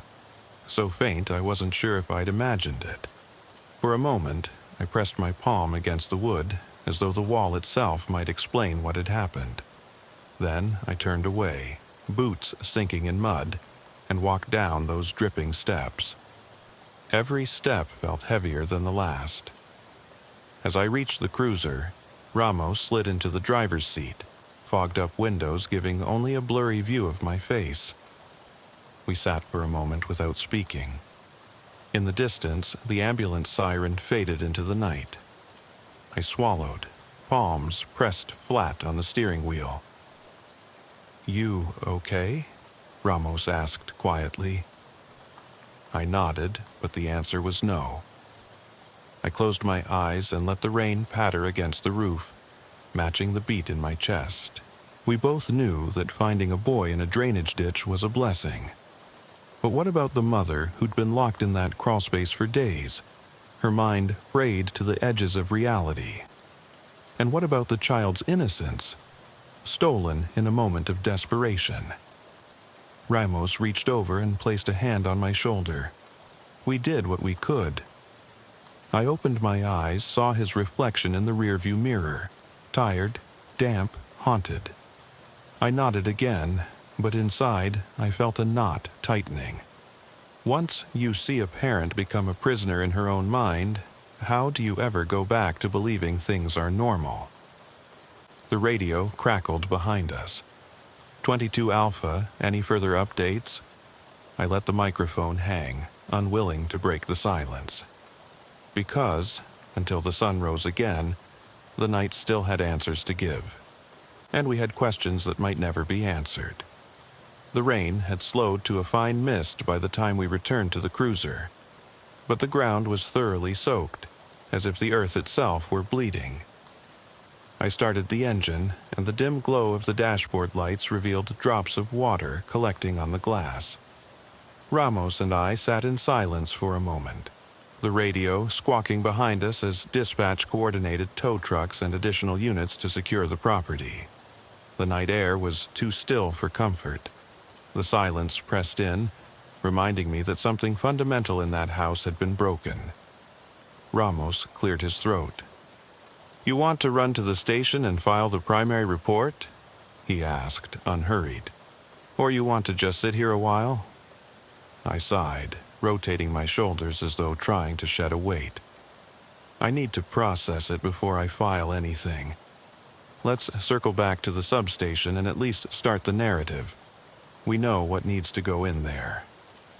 He nodded and shifted the cruiser into reverse, backing out onto the muddy shoulder.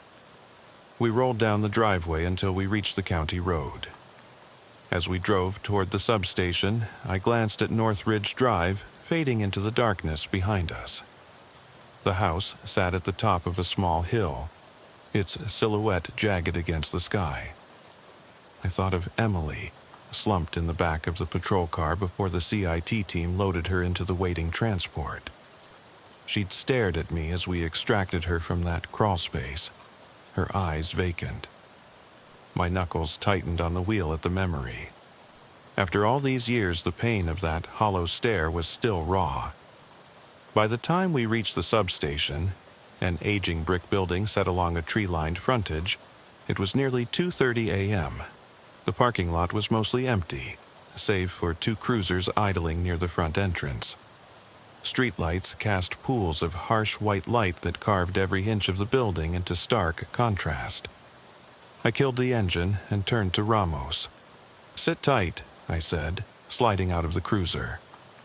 The cold mist clung to my uniform, beads of moisture forming on my shoulders. He leaned over and wiggled the window controls. "Don't lock me out, Sarge," I laughed dryly. "Go ahead, file your report first if you want." He shrugged and hit the lock button on his side of the cruiser. The doors clicked. I stood in the parking lot for a moment, watching the mist swirl around my boots.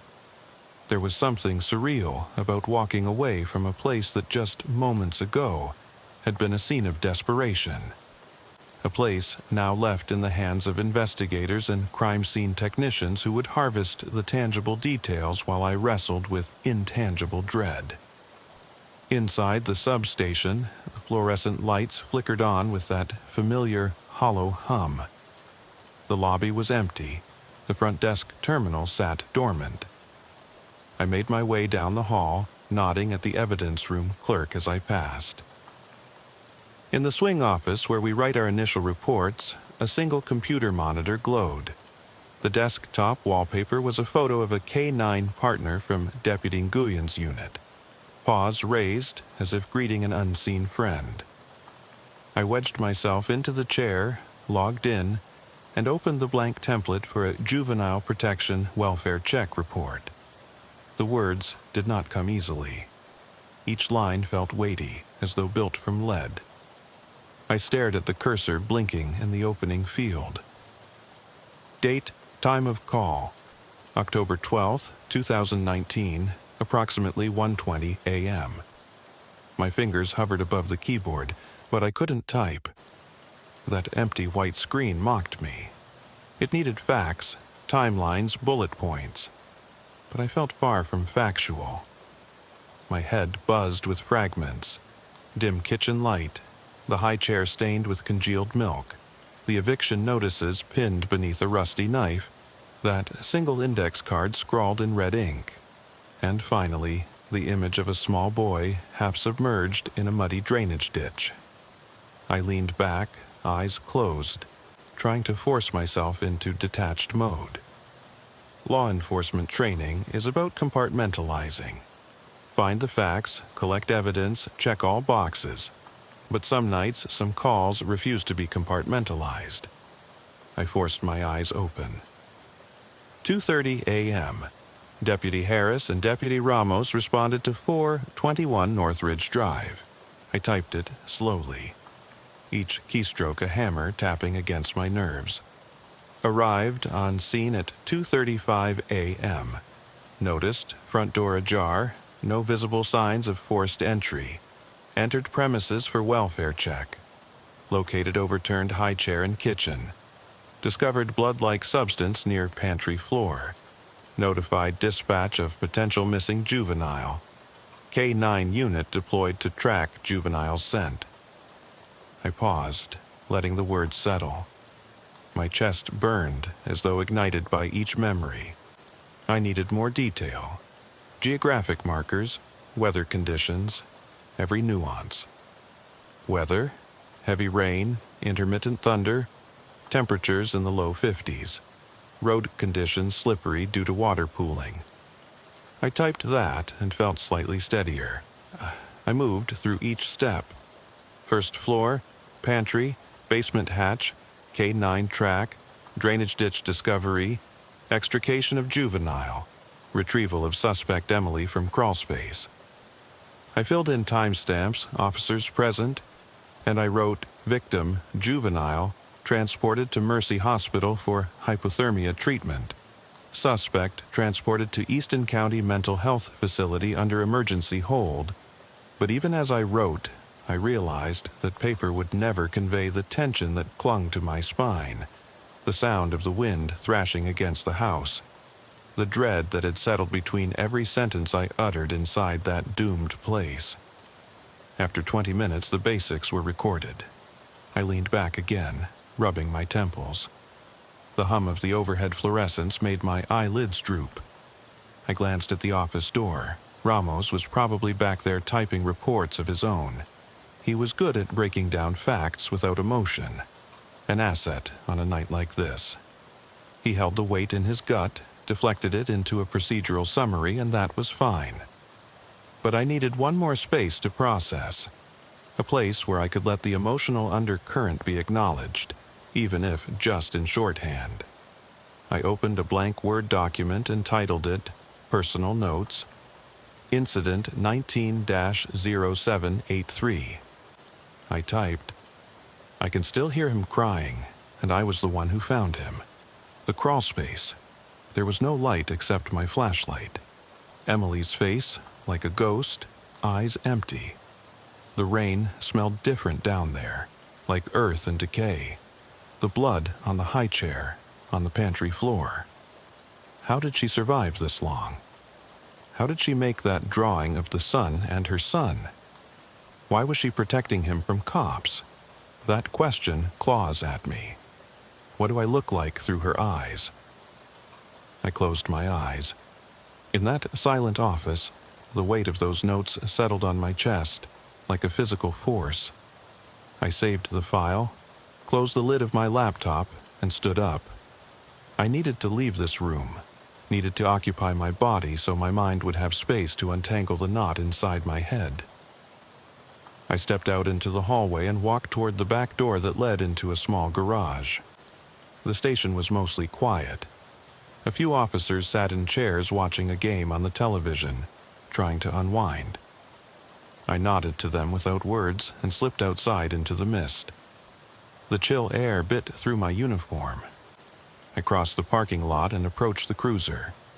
Ramos slid out of the vehicle and tucked his hands into his coat pockets. He looked at me with that combination of respect and concern he always wore. "You want to grab some coffee at the diner before heading home?" he asked, voice low. I shook my head. "I'm going to swing by Mercy and check on Noah. Then I'll go home and crash." Ramos nodded, but something in his eyes told me he wasn't convinced I was in any shape to drive. I climbed into the passenger seat as he took the driver's side. In the back seat, I reached into my breast pocket and pulled out that crumpled drawing again. The one with the sun and the smiling faces. I straightened the paper as best as I could, pressing out creases. Even under the diner's fluorescent lights, the colors had turned brown with grit. The sun in the picture was oddly menacing, like a dull, burning eye watching its child. It felt unfair that someone so innocent should have to witness the horrors his own mother had unfolded. We sat in silence as Ramos navigated through the damp, rural roads to Mercy Hospital. The cruiser's headlights cut through the fog, revealing slick pavement and tar snakes slicing across the asphalt. The smell of wet leaves and exhaust mingled in the air. After about 10 minutes, we arrived at the emergency entrance, lights blazing white against the building's glass facade. I killed the engine, exhaled, and prepared myself for the next step. "Be careful," Ramos said as I opened the door. "I'll be right outside." I nodded, shouldering the creased drawing into my pocket. I climbed out of the cruiser and walked through the sliding doors, past the double set of automatic doors, and into the brightly lit lobby. The antiseptic smell hit me first, cutting through every other scent. Nurses and doctors hustled by, 2OH tape on their wrists, scrubs laced with clippings of paper and pen marks. I felt conspicuous in my uniform, dark blues and gunmetal gray, while everyone else blended into the swirl of movement. I approached the desk. A nurse looked up, her expression professional but palpably tired.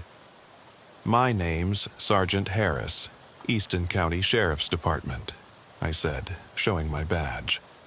"The guard brought in a missing juvenile from last night, Noah Stokes. How is he?" The nurse tapped a few keys on her terminal. "He's in room 214, stable condition. He's warming up. Hypothermia signs were mild, vitals are normal now. Mom's declined to see him." She glanced at me, as if reading more into my face than she should. "Do you want to visit?" I nodded once. "Yes."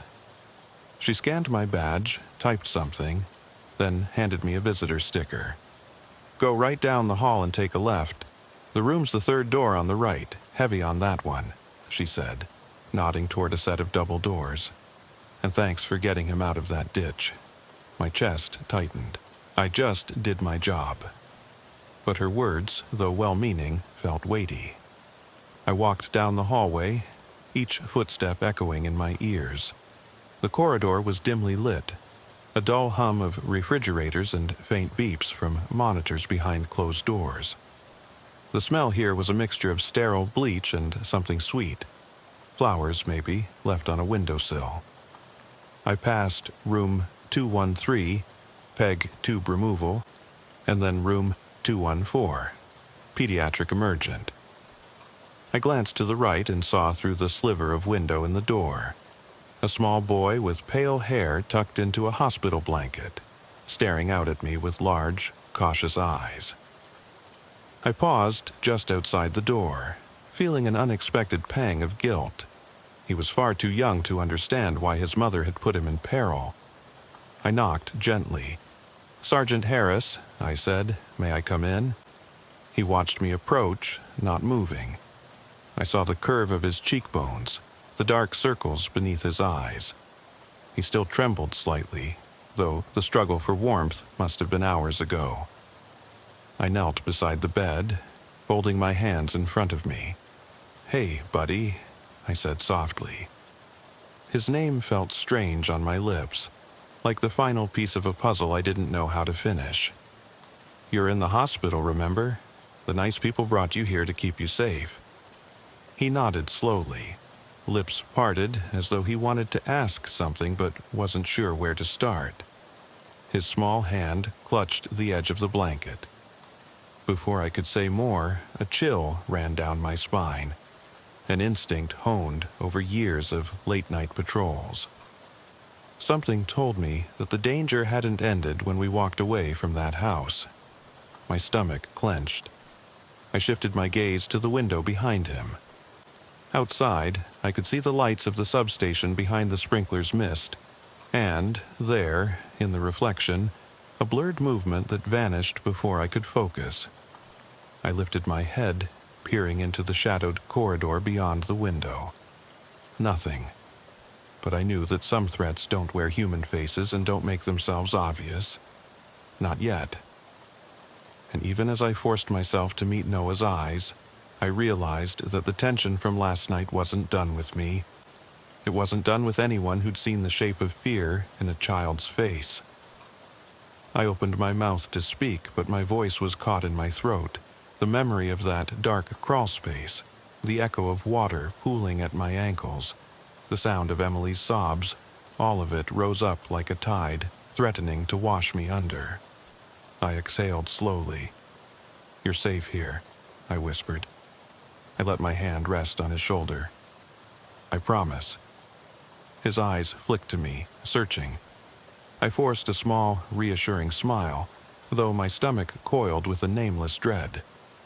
Because even as I said those words, I knew that some nights leave scars you can't simply promise away.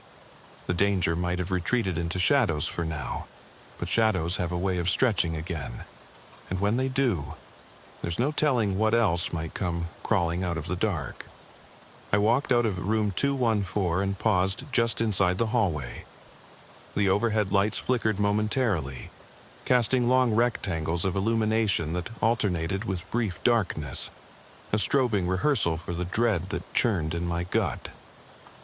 I clutched the doorframe, steadying myself, as if bracing for the current of memories that threatened to sweep me away. Each time I closed my eyes, I saw Emily's face pressed against her knees, flames of mud and blood tracing her features. I fought to erase that image, but it was etched into my mind with deeper ink than any crime scene photograph. I exhaled, pushing the vision aside, and moved down the corridor toward the hospital exit. Just beyond the sliding glass doors, the night air was a fine mist, colder than I expected. A streetlight cast pale halos across the parking lot. My cruiser sat where I'd left it, headlights on a dim setting so I wouldn't blind oncoming traffic, but enough to indicate my presence. I climbed inside, settling into the driver's seat. Ramos looked over from the passenger side, half reading a printed copy of his report. He glanced up. "Everything okay?" I nodded slowly, but the corner of my lip twitched. "There's something I need to check at the station." He closed his folder, looked at me carefully. "You sure you don't want to call it a night? I can finish up the paperwork, follow up on that potential suspect lead." The words landed on me like a gentle prod. Time to stop. But I felt there was more to do, at least for me. "No," I said. "I need to know if anyone's still in that house." He raised an eyebrow, but accepted it without question. I started the engine, and we headed back toward Ridgewood Farms Road, the cabin of the cruiser humming with the steady beat of the wipers. I tried not to think of how the wind in that crawlspace had smelled like decay. Tried not to recall how Emily's whispered "they're coming for him" had scraped at my nerves. But every time I blinked, I saw that note again. "I won't leave." When we reached Northridge Drive, the house was no longer our responsibility. Crime scene unit had cordoned it off. Yellow tape fluttered in the wind, refracting the cruiser's headlights into streaks of hazy light. Forensics vans were parked at odd angles around the property, their red and blue lights pulsing against the rain-slick asphalt. I killed the engine 100 yards away, and we approached on foot. I didn't want to step in too close. Once forensics start setting up, the scene is sacred ground. I stopped at the perimeter tape. Deputy Palacios, a crime scene tech I knew from years past, nodded from behind a cluster of cones. "Hey, Harris," he said, voice muffled behind the hood of his rain jacket. "We're clearing it out. Looks like she stayed in that crawl space for 2 nights at least. Found empty soda cans, some dog food cans, like she lived on junk for days." He held up a pair of nitrile-gloved hands. "Blood stains everywhere. We've collected samples from the pantry floor, the high chair, under the hallway rug. The basement hatch was propped up with a wooden beam. Honestly, this place is a biohazard. Mold, rat droppings, zero ventilation. The K9 unit had to lead us by scent. No lights, no footprints. She was completely off-grid." I nodded, but it felt like I was listening to someone else's description of a nightmare. "What about the rest of the family?" Have you identified any notes or letters indicating foul play? Palacio shook his head. Nothing beyond that index card you found in the crawl space. Transferred to evidence. We did find torn pages from a children's book, Where the Wild Things Are, scrawled with messages in red, that's all. I closed my eyes, recalling each message. They will never find me. You cannot take my world. A mother's plea turned manifesto. The ink had bled into the damp paper, page edges curling like the mountain laurel in winter. The tension in my chest flared again. I opened my eyes. Anything indicating where she might be heading if she left on her own? I asked. Palacios glanced toward the woods on the property's edge. Tracks suggest she tried to make it into the thick brush but couldn't go far. No footprints beyond the tree line. She must have collapsed nearby. I exhaled. Thanks. He saluted me awkwardly and backed away, letting his team reclaim the farmhouse. I turned toward the cruiser, each step measured, as if trying to keep the flood of that night contained. Ramos slid after me. I'm going back to write supplementary, he said. You sure you don't want me to file this one?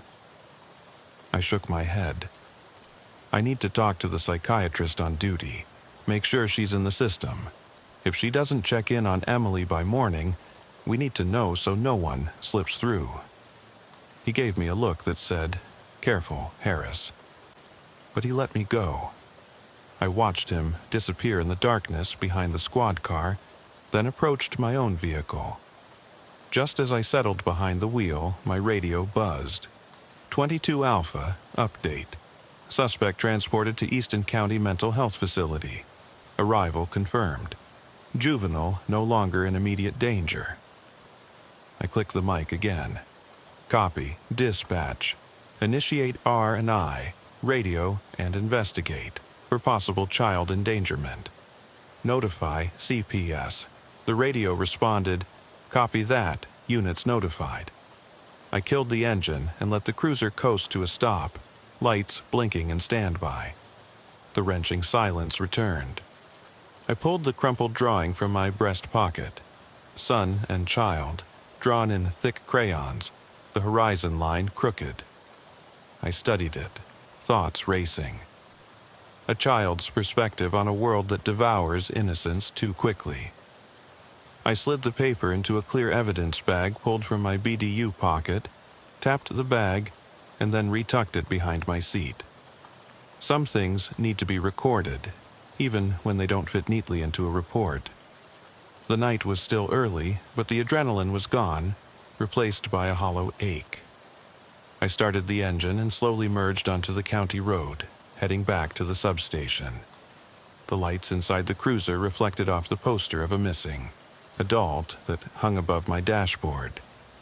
Years-old pictures of smiles and wide eyes looking for answers that never came. Now, I had another face to remember. Back at the substation, I didn't bother writing more. I tossed the radio on the passenger seat and shut off the interior light, letting darkness claim the cabin. I leaned back, closed my eyes, and listened to the steady beep of the building's security alarm in the distance. In that hush, I felt the memories swirl. The feel of Noah's tiny hand tightening around my uniform, Emily's rocking sobs beneath a single dangling light bulb, the squat of the drainage ditch. Each image, no matter how hard I tried, refused to dissipate. I reached for my cell and typed a quick message to the lead psychiatrist. "This is Sergeant Harris. Contact me ASAP regarding patient Lee, Emily. Date of birth, June 19th, 1972. Was admitted tonight from 421 Northridge Drive. See EMS report. Possible danger to infant juvenile. Needs status update." I pressed send. Then I placed the phone face down on the console. Part of me expected to feel relief once I'd done all I could, collected evidence, ensured Noah's safety, confirmed Emily's admission. But relief is a luxury reserved for silent nights, which this would never be. I leaned forward and pinned my badge to my breast pocket, like body armor against that hollow ache. At that moment, an echo in my mind felt almost physical. Emily's voice whispering that she wouldn't let them take her son. In a rush of anger and sorrow, I realized she had never consented to let us save him. In her mind, we were the threat. The realization sent a cold spike down my spine. How many other times had I been the faceless they in someone else's worst nightmares? How often did my uniform symbolize danger rather than safety? A rattle of wind popped a branch against the windshield. I reached up and closed my eyes as though shutting out the storm outside might stave off the storm inside. Minutes passed. I felt my muscles relaxing, the tension draining from my shoulders, but not all the way, because I knew that in a few hours I'd be back on patrol, lights cutting through fog, boots slapping pavement, questions in my head that might never find answers. And I'd carry that weight with each call, a silent companion to every scene, reminding me of what I had witnessed. At length, I turned the key, killing the engine. The world outside became utterly still, save for that faint hum of the station's alarm. I stacked my notes on the passenger seat and stepped out, the chill air biting at my cheeks. I locked the cruiser, turned, and walked into the station's lobby, the door's chime echoing. I passed the bulletin board of missing persons and pinched the edge of the plastic-covered photo of a young woman who'd been gone since 2017, still awaiting closure. Now I had another missing person to add. This time, not a stranger, but a friend. Emily, lost in her own mind. I made my way through the corridors to the locker room, peeled off my uniform in silence, and hung it neatly on the hook. Underneath, I wore blue scrubs, my second uniform for the night shift, part of a pilot program pairing officers with the hospital liaisons. I kept them on and ran a hand through my damp hair. At least, I thought, I'll have a chance to see Emily's status, to make sure that when she woke up, there would be someone there to try and help her find the broken pieces she couldn't assemble alone. I stepped into the locker room's fluorescent glare, kicked off my boots, and rubbed my collarbone, still stiff from kneeling in that crawlspace. A wave of nausea rose. I pressed my palm against the tile wall and closed my eyes. The tile was cold, grounding. I held my breath. The memory of the damp, musty crawlspace air flooded back, the shards of memory sharper than knives. I forced myself to open my eyes. A pager on the bench buzzed. I yanked it off the hook. Harris. My heart leaped. My mind leaped ahead, anticipating the worst. Sergeant Harris, Mercy ER, said the familiar voice of Nurse Callahan. Can you call back on the station line? We got a 5,150 hold signed for Emily Lee. We need you to confirm custody protocol before we proceed. My chest tightened again. A 5150 meant she was a danger to herself or others, a psychiatric hold for 72 hours. It was what I'd requested, but now it was real, and part of me felt like I'd reached for a lifeline only to watch it vanish.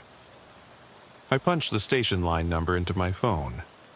Harris, I said, and waited. Callahan's voice came back. As of 4:30 a.m., she's under emergency detention. We need an officer to approve transfer to the county facility at 7 a.m. I also need any additional notes you may have from last night. My fingers itched to type into a report. Victim, juvenile, safe, discharged to aunt's care. Suspect in crisis, detained. But I closed my eyes, remembering the way Emily had mumbled about the world coming for her son. Some things don't fit into neat categories, on a form. I took a slow breath. Nurse, let me get you the DPS code section and I'll email the notes. I hung up. My legs felt unsteady, as though the tile floor might shift beneath me. I collapsed onto the bench, head in my hands, and let the tears come. Quiet, hot tears that hardly felt real. Even though I'd kept my emotions in check for hours, the dam inside me had finally cracked. A lifetime of witnessing pain, of holding back the panic, of bracing for the worst. All of it was coming to the surface now. I sat in that locker room under harsh white light for nearly an hour. The station's corridors echoed with distant footsteps and muffled voices, normalcy marching on around my private moment of collapse. My phone buzzed again, a text from Ramos. "Everything good?" I typed back, "I think so, but I can't shake her eyes." I put the phone away. In that silence, I realized I wasn't sure if I wanted to file more reports or just bury this deep inside and pretend it never happened. None of the forms, none of the procedures would ever capture the full horror of how a mother could be driven to bury her own sanity. When my breathing slowed, I stood up and wiped my cheeks on the sleeve of my scrub top. I peeled off the scrubs and replaced them with my uniform, wet from earlier, but I'd get them cleaned later. I laced my boots, feeling the leather tighten around my ankles. I strapped on my duty belt, adjusting the tension gently. Flashlight, radio, gloves, cuffs, a ritual that felt like putting on armor before battle. In the hallway toward the evidence office, I passed a caged bulletin board listing the homicide suspects, missing juveniles, and wanted felons. For a moment, I let my gaze linger on the missing juvenile board, a row of laminated photos pinned between missing from home flyers. Each face was frozen in a moment of innocence. I thought of Noah, fragile but alive, and then of Emily, trapped in her own broken world. My reflection shimmered on the plexiglass as I moved on. I walked to the side door of the station and paused, hand on the knob. Outside, the storm had finally stopped. Dawn was creeping over the horizon, a bruised purple smear above the rooftops. I stepped outside, letting the chill of pre-dawn air wash over me. The station's lights made long shadows across the parking lot. In the east, I could just make out ripples of gold staining the sky. I walked over to my cruiser and slid into the driver's seat once more. Ramos was still filing his report at the captain's office. I turned the key, the engine humming, and took a moment to watch the sunrise. Orange and pink light seeped into the mist, painting the rows of leafless trees with a fragile warmth. It felt like a promise, but promises can shatter. I took a steadying breath and flicked on the overhead cruiser lights, only white this time, and pulled onto Ridgewood Farms Road. My assignment for the rest of the day, normal patrol. Welfare checks on drunks passed out behind wheel. Traffic tickets for speeding vehicles, perhaps a call about a stray dog. But everything had changed for me. In every shadow, I would see that she'd been there. Emily, digging a tomb for herself. As I drove east toward my first patrol beat, I thought about how the sunrise always came after the darkest part of the night. But some nights leave darkness that lingers beneath your skin long after dawn's light. I did my best to muster calm, a polite nod to the world that waited for me, but my mind refused to rest. She won't leave, they'll come for him. Even now, that phrase churned like a mantra in my head. I rolled the cruiser's window down slightly. The air whipped inside, smelling of wet asphalt and dew. I let it fill my lungs, hoping it would ground me, anchor me to reality. I flicked on the radio. 22 Alpha, going 10-8 on Patrol Sector Bravo West. ETA 6 a.m. for briefing. Dispatch responded. I eased into the lane and pressed the accelerator. As I drove toward the sunrise, the tension built again. The road stretching in front of me like a gauge for how long I could pretend I'd left that house behind. But in my mind, the scenario remained paused at the exact moment I felt Noah's weight in my arms, protected but still in danger. I reached up and rubbed my face, hoping to wash away the images, but the dirt and fear remained. Patrol calls came in at intervals, nothing significant. A domestic argument in a trailer park down the road, a drunk driver found asleep in his car. Each time I responded, but my mind traced a path back to that farmhouse, down to that basement hatch and to Emily's final, desperate words. I found myself clutching my flashlight a little tighter, one hand sliding toward my service weapon at every unfamiliar sound. By mid-morning, the sun hung low and bright in the sky, the dense fog broken. I pulled into the county public works lot to check on a report of a broken fence along a road I'd patrolled earlier. As I parked and stepped out, I realized I still wore my rain-soaked uniform shirt under my windbreaker. I peeled it off and unzipped my windbreaker enough to hang the shirt on the mirror, though I knew I'd have to get it laundered. The chill from the windbreaker clinging to wet cloth reminded me that I'd been immersed in water just a few hours ago, water thick with mud, leaves, and the weight of childhood terror. I spent the next couple of hours writing supplementary notes, following up with the mental health liaison about Emily's status, and coordinating with CPS to ensure Noah's aunt had legal custody paperwork. Each email and phone call felt like closing one more loop, but none of it eased the feeling that something still lurked beyond the edges of my awareness. Something that whispered, "They will come for us all soon enough." By early afternoon, I finally returned to the station to drop off evidence and hand over my initial report to the lieutenant. I left behind the bullet casings, the torn pages from a children's book, and that crumpled drawing, now tacked, along with everything else, into the vortex of bureaucracy. I walked out of the evidence office, shoulders hunched under the weight of the chain of custody receipts. The lieutenant gave a curt nod. "Good work." I offered a tight-lipped nod in return. We both understood that good work was just shorthand for "we'll survive this." I made my way upstairs to the squad room. A couple of rookie deputies were laughing in one corner, treating coffee like a lifeline. One offered me a cup. I shook my head. Instead, I slid into a vacant chair at my desk and closed my eyes. Even in midday brightness, the fatigue from that crawlspace pressed on my eyelids.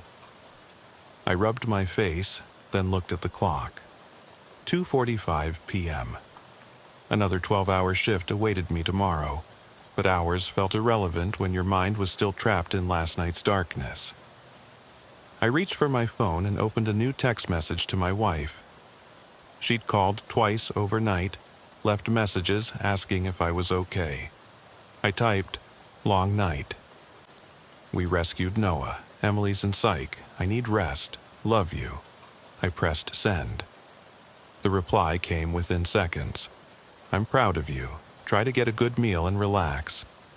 I closed the phone and sat back, letting the fluorescent lights blur around me. I glanced at the blank screen of my laptop. Unsaved thoughts where I'd started typing my personal notes. 100 words, then 200, and they'd gone still. The cursor blinked expectantly. I resisted the urge to fill it. Some things simply couldn't be captured. Instead, I picked up a pen and wrote on the margin of my notepad these words: "Some nights shape the rest of your life. I found a boy. I carried him to safety. But what if nothing is ever safe again?" The words sank into the paper. A deputy called out for me from across the room. "Lunch orders?" I pushed out of my chair and willed a reply that didn't sound like a ghost. "I'll grab a burger from the diner." I zipped up my jacket. As I stepped into the hallway, the shifting sunlight outside seemed too bright, an affront after hours spent in gloom. I blinked, steeling myself for that return to normalcy, to trivial calls, dash cam footage, lunch specials. but behind every normal scene I would still see a drainage ditch, a torn book, and the face of a mother who would never let go. By the time I reached McCormick's Diner, a greasy spoon at the crossroads of Main and Fifth, my stomach rumbled. The neon "Open 24 Hours" sign flickered above the door. Inside, the linoleum floor was sticky underfoot, and the smell of cooking onions and bacon wafted through the air. A jukebox in the corner played a scratchy old country tune. The booths were half filled with early morning shift workers sipping coffee and nursing the remnants of their last meals. None of them knew what had unfolded just miles away. I slid into a booth near the back. The waitress, ginger hair trapped in a messy ponytail, a spare name tag that read Cindy, slid a menu across the table. "What'll it be, hun?" she asked, pen poised. I let my gaze drift to the chalkboard menu. 2 eggs, any style, hash browns and toast, $5.99. Bacon or sausage, add $1.50. I forced a nod. "I'll have that. Bacon on the side, please." She smiled politely. "Coming right up." I stared down at the menu as if reading some cryptic message.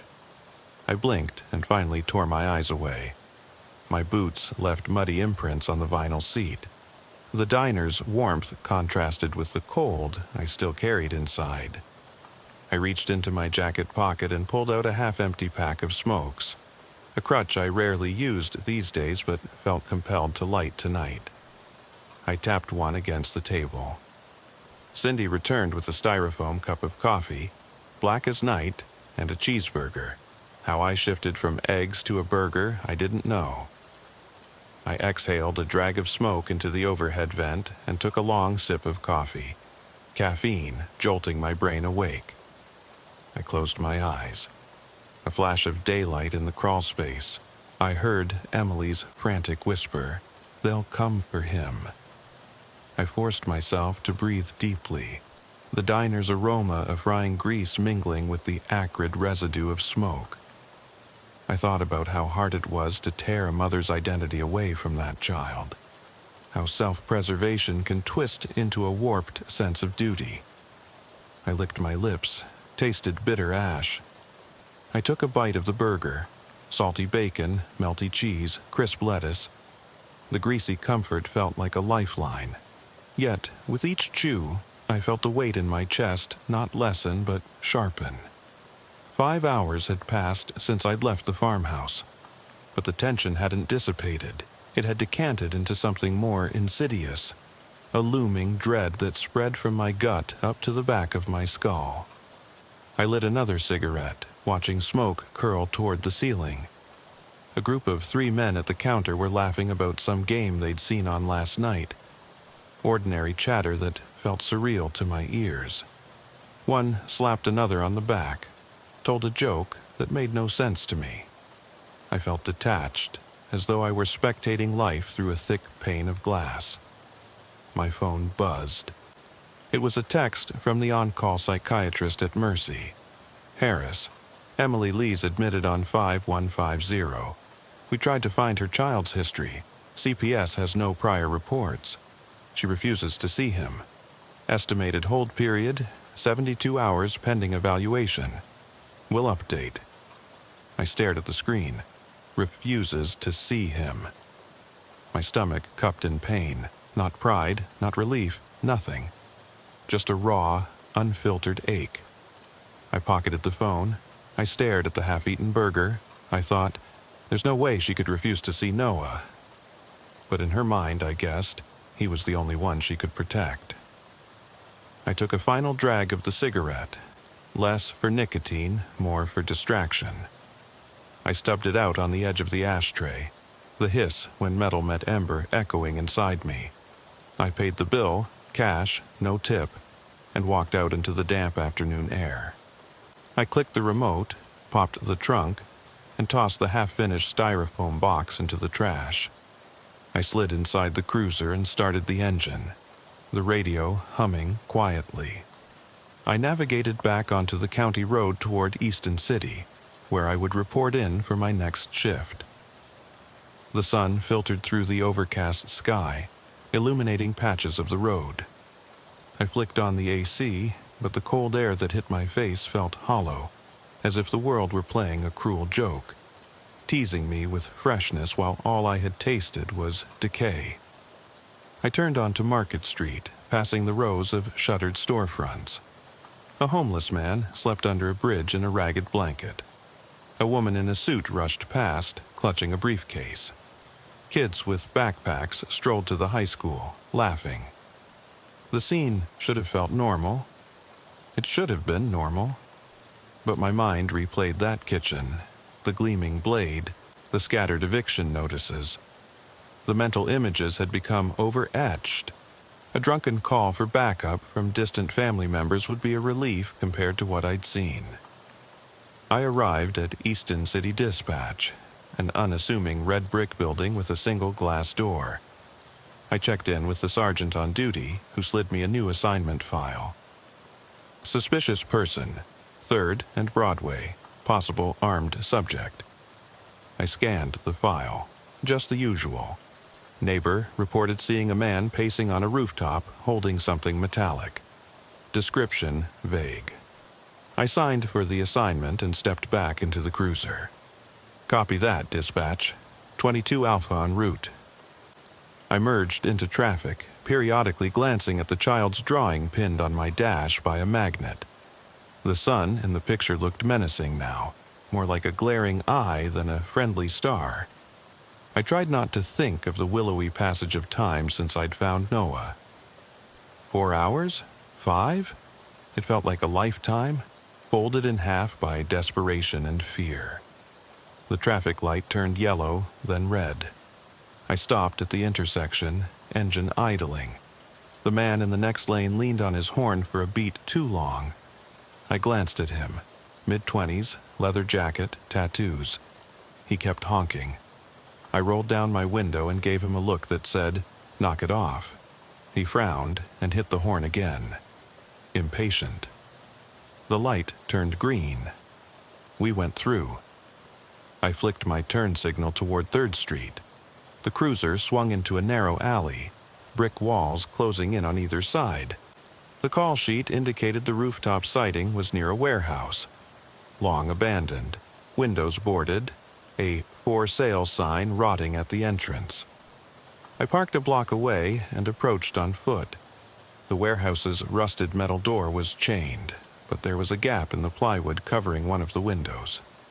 I shone my flashlight through the crack. Inside, aisles of broken shelving and heaps of debris. The faint flicker of a cell phone screen glowed in the back, like a lonely star in a ruined sky. I dialed my radio. 22 Alpha, potential suspect in a restricted area, armed location. Backup requested. I ducked under the broken window frame and landed in a patch of mud and shattered glass. My foot cut slightly on an exposed shard, but I didn't feel it. My senses were sharpened by last night's adrenaline. The weathered floor slanted toward the back wall, where a silhouette formed against a dull glow. I pressed my back against the crumbling brick and drew my flashlight. Easton City PD. If you're armed, put it down and raise your hands. My voice echoed in the warehouse's cavernous space. No response, only the hum of an old refrigerator unit near a metal pillar. I edged forward, scanning every corner. The beam found him. A skinny young man, jacket hood up, kneeling by a makeshift camp of sleeping bags. In his lap, a metallic glint. Maybe a pipe, maybe a knife. He rocked back and forth, talking into that cell phone. The screen's light illuminated his face. Pale, hollow, eyes rimmed with exhaustion. I took a few more steps, trying to keep my breathing steady. The young man's words were mumbled, but I caught fragments. "I can't," she threatened me. "I don't have a choice." I felt a chill. Another ghost story or a cry for help tangled in fear. I flicked on my radio mic. 22 Alpha, I have the subject. He's holding what appears to be a pipe. I'm approaching. I holstered my flashlight and drew my service weapon, unsteady but controlled. Each step forward felt heavier as I recalled how easy it was for a situation to spin from mundane to mortal. The subject's breathing was jagged. I recognized that as the sign of a body ready to fight. I lifted my voice. I need you to calm down. You're hurting nobody by putting that down and talking to me. He glanced up, cell phone's glow revealing a face etched in panic, like he was lost in his own personal horror. "They'll come for me," he hissed, voice trembling. "I won't let them take me." His words plunged me back to Emily's crawlspace. I took another step, keeping my weapon trained but not aggressive. "Who's coming for you?" He shook his head violently. "You don't understand. They own this place." I swallowed around my fear. "No one owns anything. Put the pipe down and we can talk." He glanced to his right, past me into the warehouse's gloom. His eyes widened. "They're here." He stood, raising the pipe. I couldn't tell if he meant an unseen force or something tangible, but his panic was palpable. I felt my pulse shift into overdrive. This was turning into a hostage scenario if I didn't manage it right. I gripped my weapon tighter. "Drop it slowly. I don't want to hurt you." The pipe glinted in his hand. My flashlight beam shook slightly as I kept my stance firm. "If you come at me, I'll have to defend myself." My voice was calm but firm, my training kicking in. The space felt too small, too cramped, like a pressure cooker locked in a thunderstorm. He backed toward a corner, dark shelves behind him. His breathing rasped. "I'll die before I let them take me." The phrase felt like a mantra, self-fulfilling. I stifled a groan. This wasn't just a young man. It was a person paralyzed by fear. My stomach roiled. I forced myself to remember, disengage emotionally. Focus on de-escalation. "Nobody's going to take you. I'm here to help. Let's step outside and talk, okay?" He clutched the pipe tighter, knuckles white. My heart hammered against my ribs. Sweat beaded on my forehead. I blinked, trying to wipe it away. "Okay, look, if we don't talk, this ends badly. You're breaking the law. People could get hurt. But if you put that down, we can figure something out." He swallowed, eyes tortured. The flicker of the phone was the only light in that cavernous ruin. Then, that flash of movement behind him. A shadow at the warehouse's rear door. I whirled, gun raised, but saw only empty gloom. My pulse seized. Every hair on my body rose. The warehouse felt alive, pulsing with some unseen threat. The young man's eyes darted to my shoulder. He knelt, pipe still in his hands, and began sobbing, as though he understood. "I don't want to die," he whispered. I lowered my weapon to single action, pointed but not raised.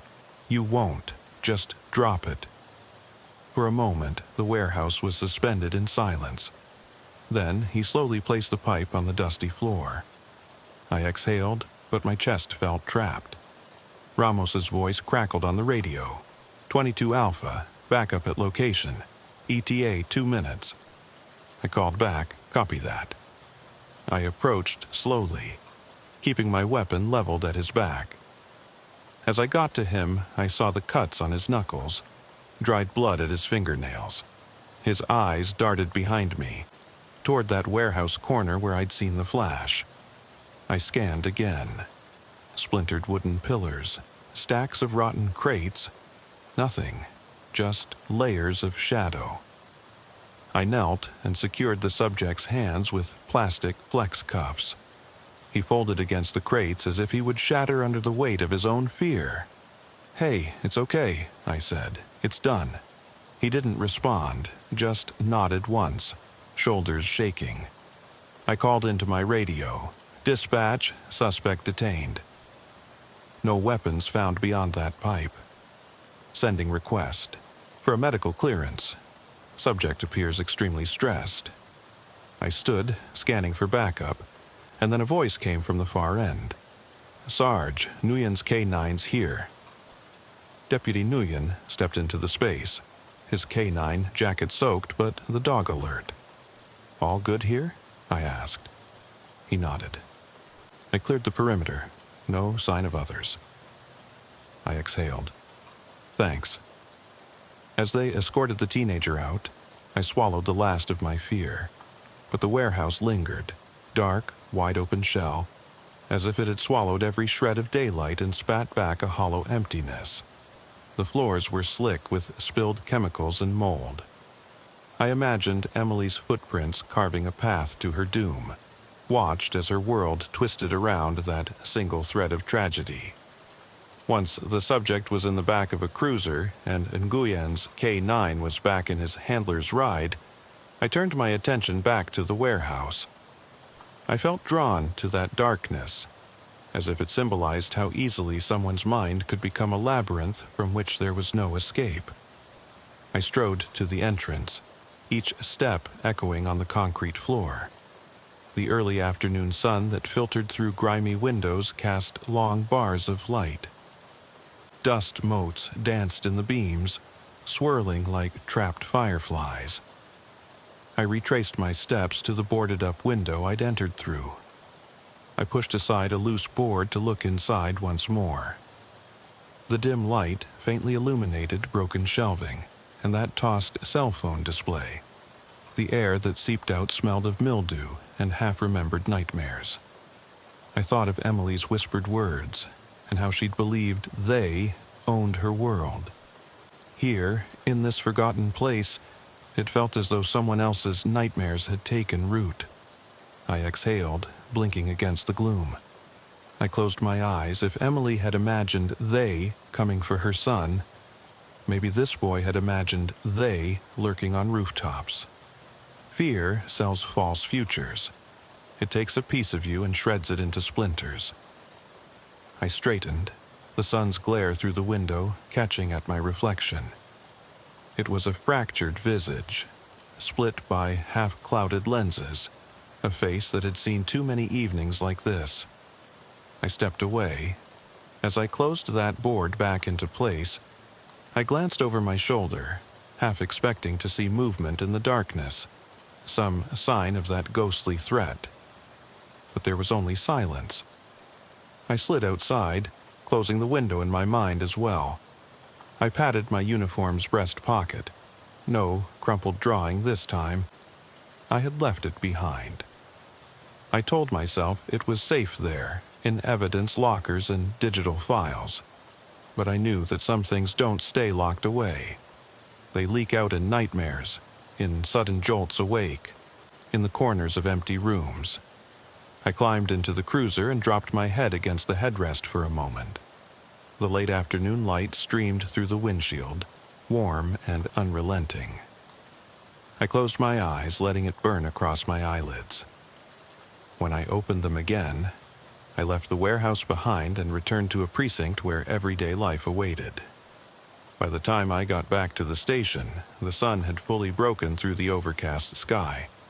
The locker room was empty, so I left my uniform there and changed into plain clothes. Notebook and pen in hand, I headed for the lieutenant's office. The lieutenant sat behind his desk, gray-haired and stern, but his eyes softened when he saw me. "You okay?" he asked without preamble. I nodded curtly, sliding a small manila envelope toward him. "Found this at the scene."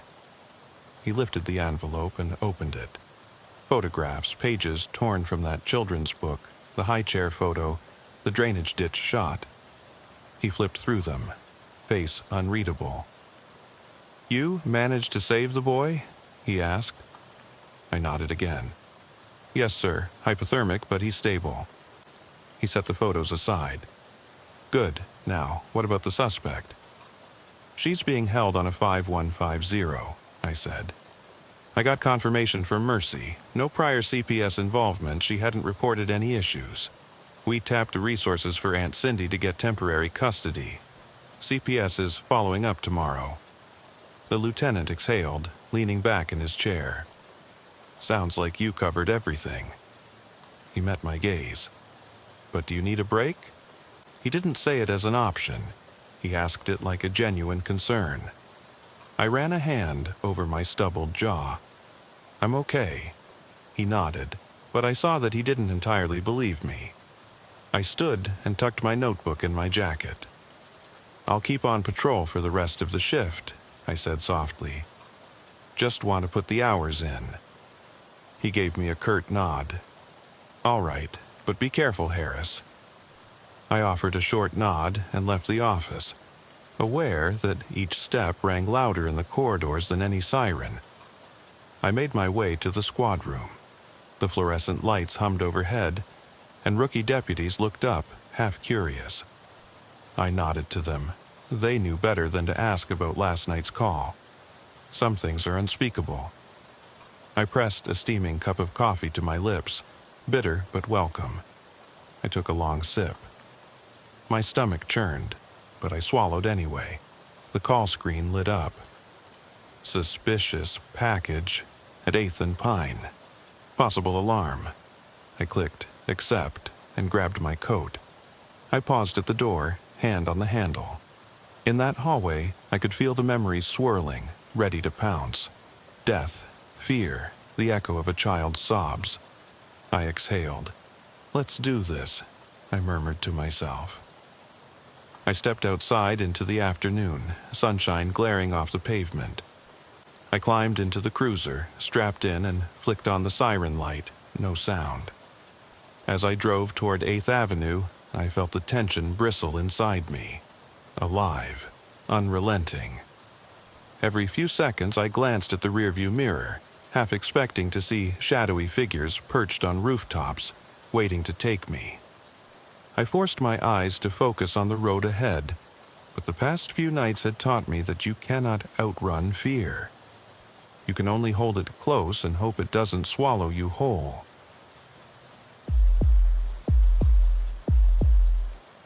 My name is Marcus Carter, and this happened in late 2011 when I was a patrol sergeant for the Brookfield County Sheriff's Office, a quiet stretch of land tucked between farmland and thick woodland in northern Washington. I remember that night like a faded photograph. Edges blurred, but certain shadows forever seared into my mind. The shift had been routine until we patched a call for a welfare check at a trailer park on the outskirts of town. We were 10 to 8 and rolling in my cruiser, lights off, engine humming low against the steady drizzle of autumn rain. My partner, Deputy Elena Morales, tapped her fingers on the dash, half listening to the radio traffic. 10-4, she said into her headset, confirming instructions from dispatch. Our call was simple. Middle-aged man. No one had seen him in 24 hours. His neighbor was worried because the old neighbor's well pump ran daily, but nobody heard that thumping all morning.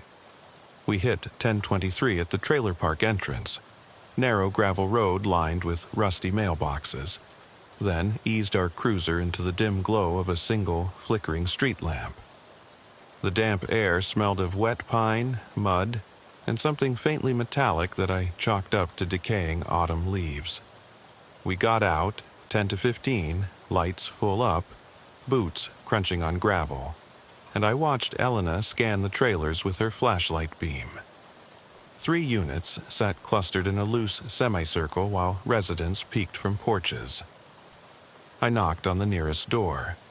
A woman in slippers answered, face pale under a tuft of tangled hair.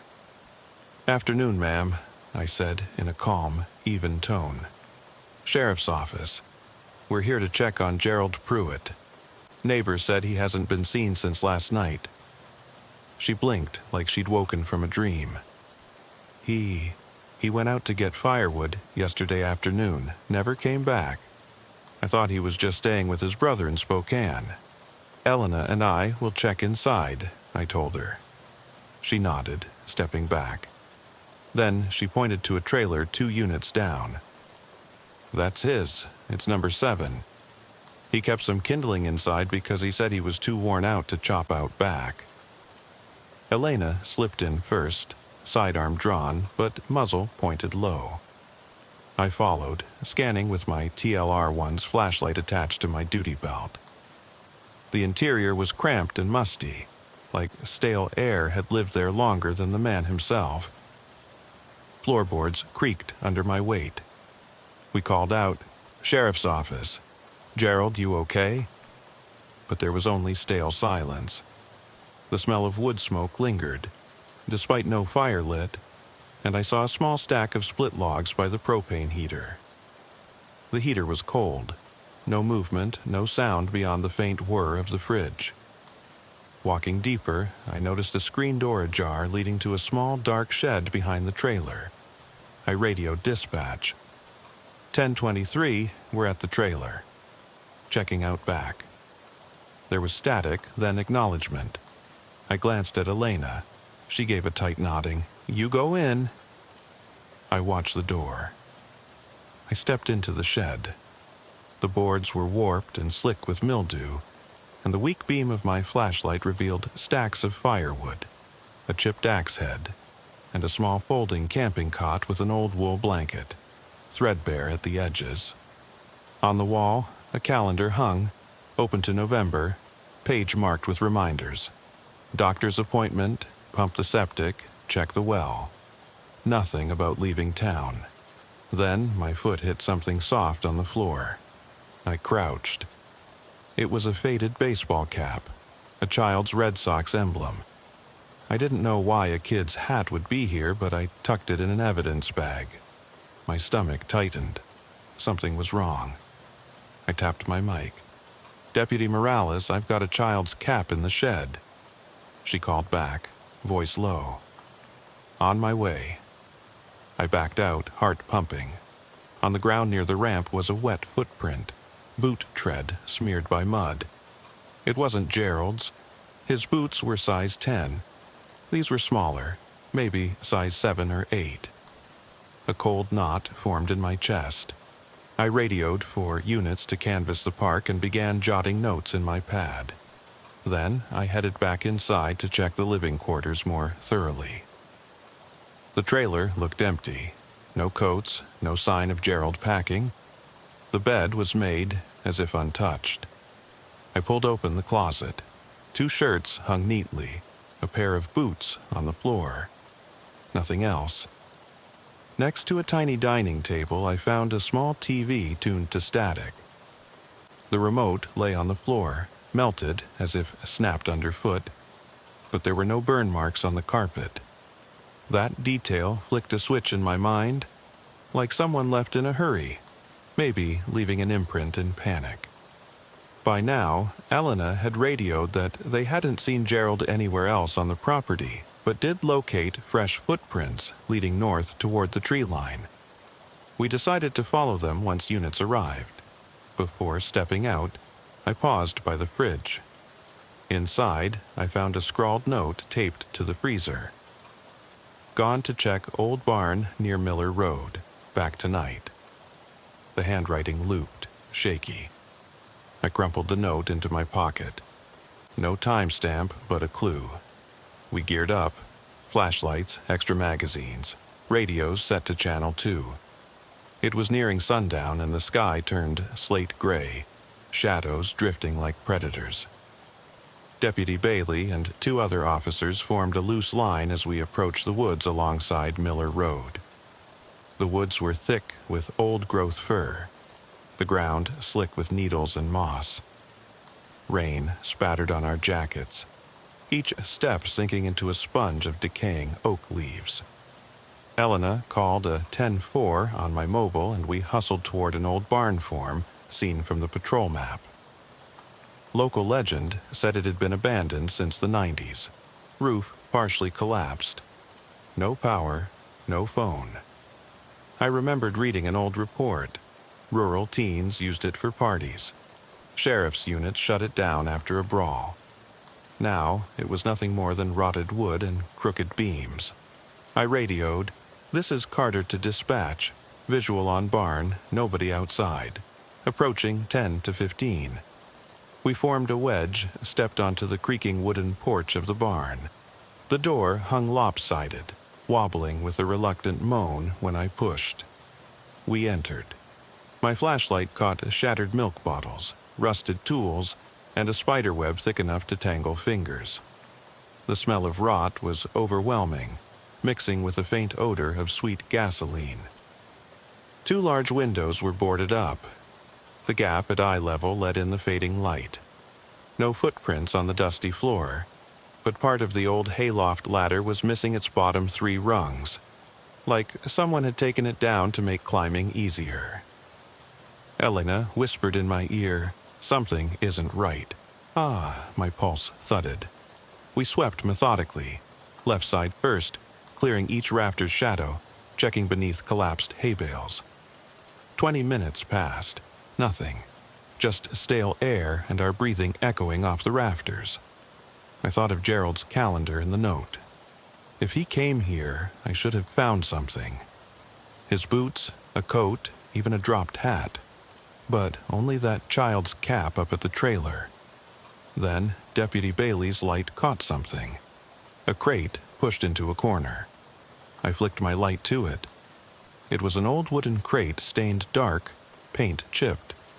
Something inside shivered with a wet, rhythmic patter, like breathing.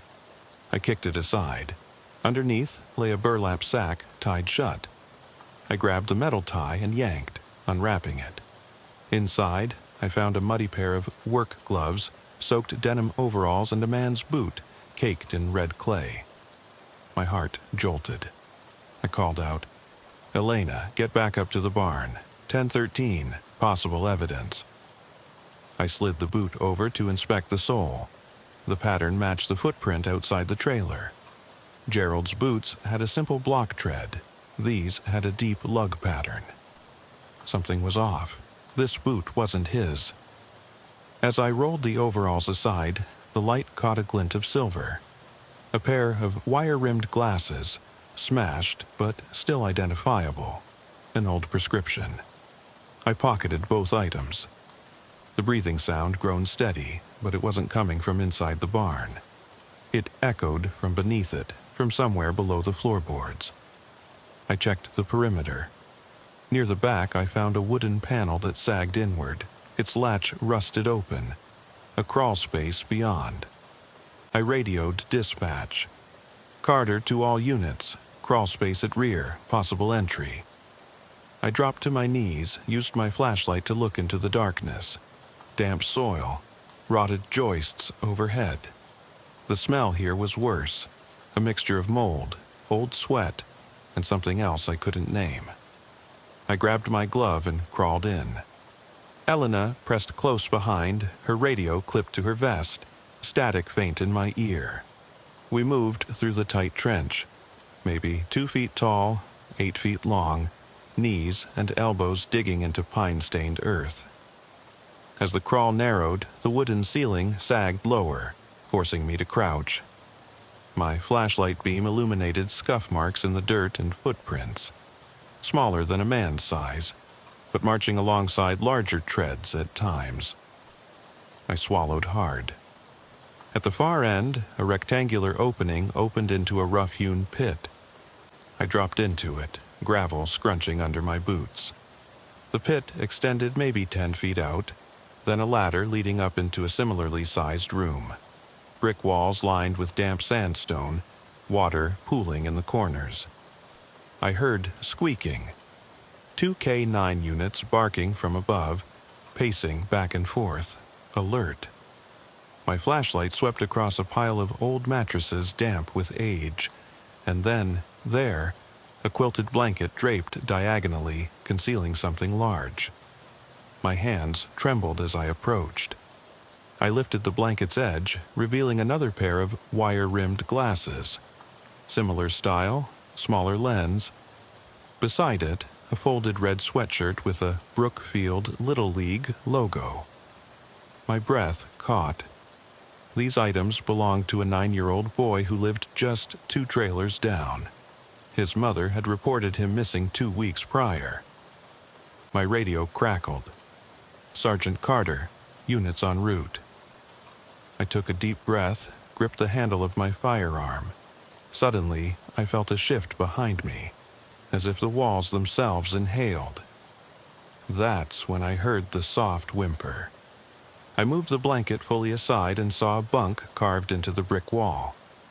A small child, pale as chalk, lay curled up on a dirty mattress, eyes wide and terrified. I reached down and gently brushed his shoulder, murmuring, "It's okay, buddy. I've got you. You're safe now." He flinched, but didn't shudder away. I lifted him into my arms. He was emaciated, shivering, and coated in damp dirt. "What's your name?" I asked, voice gentle. He whispered, "Tommy." His words stuck in my chest like splinters. I lifted him, carefully climbing the ladder as best as I could. At the top, Elena pulled us both out, helping me set the boy down. I wrapped my coat around him and spoke softly. "Tommy, you're going to be all right. We've got you." But as I looked back into that pit, a sliver of cardboard slipped from my boot into the dark hole. I flicked my light down and saw Pruitt Firewood Company, 2007, stamped on it. Gerald's old work gloves had come from that same place. Connections started to form, a ragged pattern of terror. We began to haul Tommy to the ambulance that had just squeaked to a stop. I called Med 1. "We've got a juvenile, code 3, hypothermia, possible injuries. Origin, barn at Miller Road." The lights in the barn flickered as the wind shifted, rattling the boards overhead. Something inside me flickered too, an understanding that we weren't done yet. Tommy was taken to Sacred River Hospital, bundled in blankets, IV in hand. He could barely speak, just clung to my jacket as if it were a lifeline. I gave his mother the news. "He's safe. He's alive." She collapsed into sobs, hugging me like I was his father. That evening, I sat at my desk in the sheriff's office, reviewing evidence. The cap, the glasses, the sweatshirt, the child's frantic scribble on a small piece of paper found in Tommy's pocket. "Help him." It was written in shaky handwriting that reversed letters and spelled daddy as daddy. I debated staying late, but exhaustion weighed me down. I slid into a worn chair, heart pounding with unease. At 2 a.m., I received another page. 10:23 from dispatch. Possible sighting of a suspicious man near Miller Road barn. I met Elena and Deputies Bailey and Forbes at the break room doorway. We suited up. Tactical vests, flashlights, handcuffs, radios. The rain had turned to a fine mist.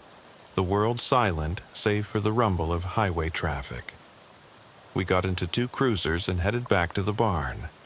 The radio was dead silent, but dispatch's voice crackled in once we entered the county line. "Stand by for updates. Be advised, homeowner reported hearing screams around midnight." We parked a block away, hitting 10 to 15 as we approached on foot. The barn loomed like a half-open maw, its shape jagged where the roof had collapsed. The wind whipped through the gap, sending a moan through the rafters. I clicked my flashlight on, its beam splitting the darkness into sharp triangles. The "Do Not Enter" sign at the front door hung by one rusty nail. Inside, the stall walls were splattered with fresh scuff marks. This time, vertical streaks of what looked like muddy handprints. The damp, sawdust floor had been scuffed in a pattern like someone had dragged something heavy. Elena lingered at the entrance, radio pressed to her mouth. "Sergeant Carter, you copy?" My voice sounded flat, as if I'd lost my own echo somewhere between hope and dread. "Copy. Checking inside now." The barn smelled of rot mixed with decay, like a cellar left open. We swept through the ground level again. Nothing except overturned crates and deeper scratches on the walls. Then, behind a loose plank near the back, I spotted something new. A nylon rope looped around a post. The rope was frayed at one end. I pocketed it as evidence. I swept the beam toward the rear corner. There, I saw a trap door I knew was newly patched. Fresh wood, nails still rusted brown. My gut twisted. I checked with Elena. Ready? She nodded. I shoved it open. The hinges screeched, metal scraping metal. My flashlight illuminated the ladder descending into blackness. We climbed down, boots tapping on wet wood. At the bottom, the pit was deeper. An enclosed room, maybe 15 feet wide, no windows, just damp stone walls. A single bare bulb hung from a frayed wire, flickering like a dying heartbeat. The light revealed cages built from rebar and wood, rusted bars gripping creaking hinges. The cages were empty. My heart sank deeper. That's when I heard the tin crash. From behind me, in an adjacent chamber, a bucket fell over, clinking on concrete. Elena and I sidestepped as Deputy Bailey followed behind with his light steadier than mine. We saw it was a supply room. Shelves half-stocked with canned stew, the same brand Tommy had clutched. Boxes of dehydrated meal bars expired by 5 years. A few blankets stained with old sweat. Nothing alive, nothing immediate. But then, my light caught a smudged set of footprints leading to a corner. A pile of clothing lay there. Jean jacket, flannel shirt, boots with dirt caked thick. Items too small for a grown man. Then a high-pitched whimper, someone at the far end of the corridor lying prone in a burlap tarp. I moved forward, laced my boot carefully over stray boards. Beneath a beam of flickering light I saw a young woman, pale, maybe 22. Her hair tangled with leaves, arms bound behind her back, silent tears carving tracks down her cheeks. She looked up at me, face hollow, and mouthed, "Help." My throat closed for a second. I eased toward her, pulling a knife from my sheath to cut the rope binding her wrists. Her skin was cold as she clutched the knife's handle, and when her arms came free, she immediately hugged herself, shivering as if her blood were frozen. I called out, "She's alive. We've got one female, need extraction." Suddenly, a metal door slammed somewhere above, and our radios crackled. "All units, suspect may be headed east on Millwood Lane, foot pursuit." The urgency snapped us to attention. Elena and I helped her to her feet. Her eyes darted, breath ragged. I crouched, whispered, "You're safe now. We're taking you out." She nodded once, then stumbled as a loud crash echoed above our heads. Something large barreling down the stairs leading to the floor. Elena grabbed my shoulder. "We've got to move." I scooped the woman up, carried her toward the ladder. As I reached the top, I felt a surge of adrenaline. My lungs burned as I popped out into the barn's ground floor. Elena right behind with Bailey pulling the girl's legs. We half ran, half slipped across the wet wood, dragged the woman outside into the mist. She gasped at the cold air, blinking as if reawakening. Then she collapsed, and we lowered her gently onto a tarp spread by rescue personnel. I raised my flashlight to check inside again, but a shrill bark from the K9 unit halted me. A German shepherd tugged at its handler's leash, eyes locked on a shape ducking behind the collapsed roof. I raised my Glock at the blur. I fired one shot. The figure dropped. It was a man in tattered clothes, half hunched, clutching his side. When I motioned for backup, the man raised his face, eyes wild, a mix of fury and relief. I recognized his gaunt features the moment I saw him, Gerald Pruitt. He stared at me, panting, his shirt soaked red where I'd struck him. "You shouldn't have come," he rasped, voice thick with pain. Then he slumped to his knees, tears streaking his dirt-caked face. Below us, a bloodhound's bark cut through the mist, signaling another body or another hideout. I felt a chill, something deeper than the night air. I grabbed Pruitt's arm. "Gerald, you're bleeding. Hang on." He gripped my jacket, eyes flickering back and forth between me and the dark barn. "He's down there," he croaked. He found her first." The word "her" caught in my chest like a knife.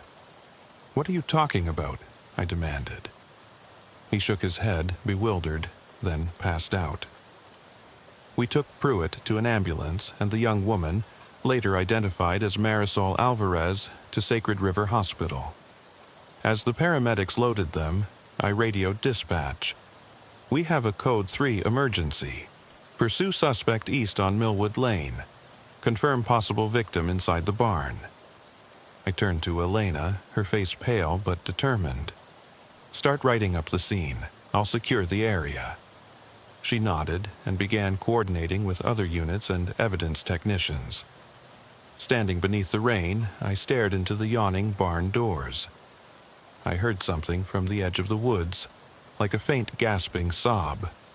I trained my light on a cluster of brush and saw a pair of children's sneakers poking out. I whispered into my radio, "Possible juvenile down that hill." Within minutes, another deputy had pulled up 2 children, 8 and 6 years old, dirty, huddled, crying.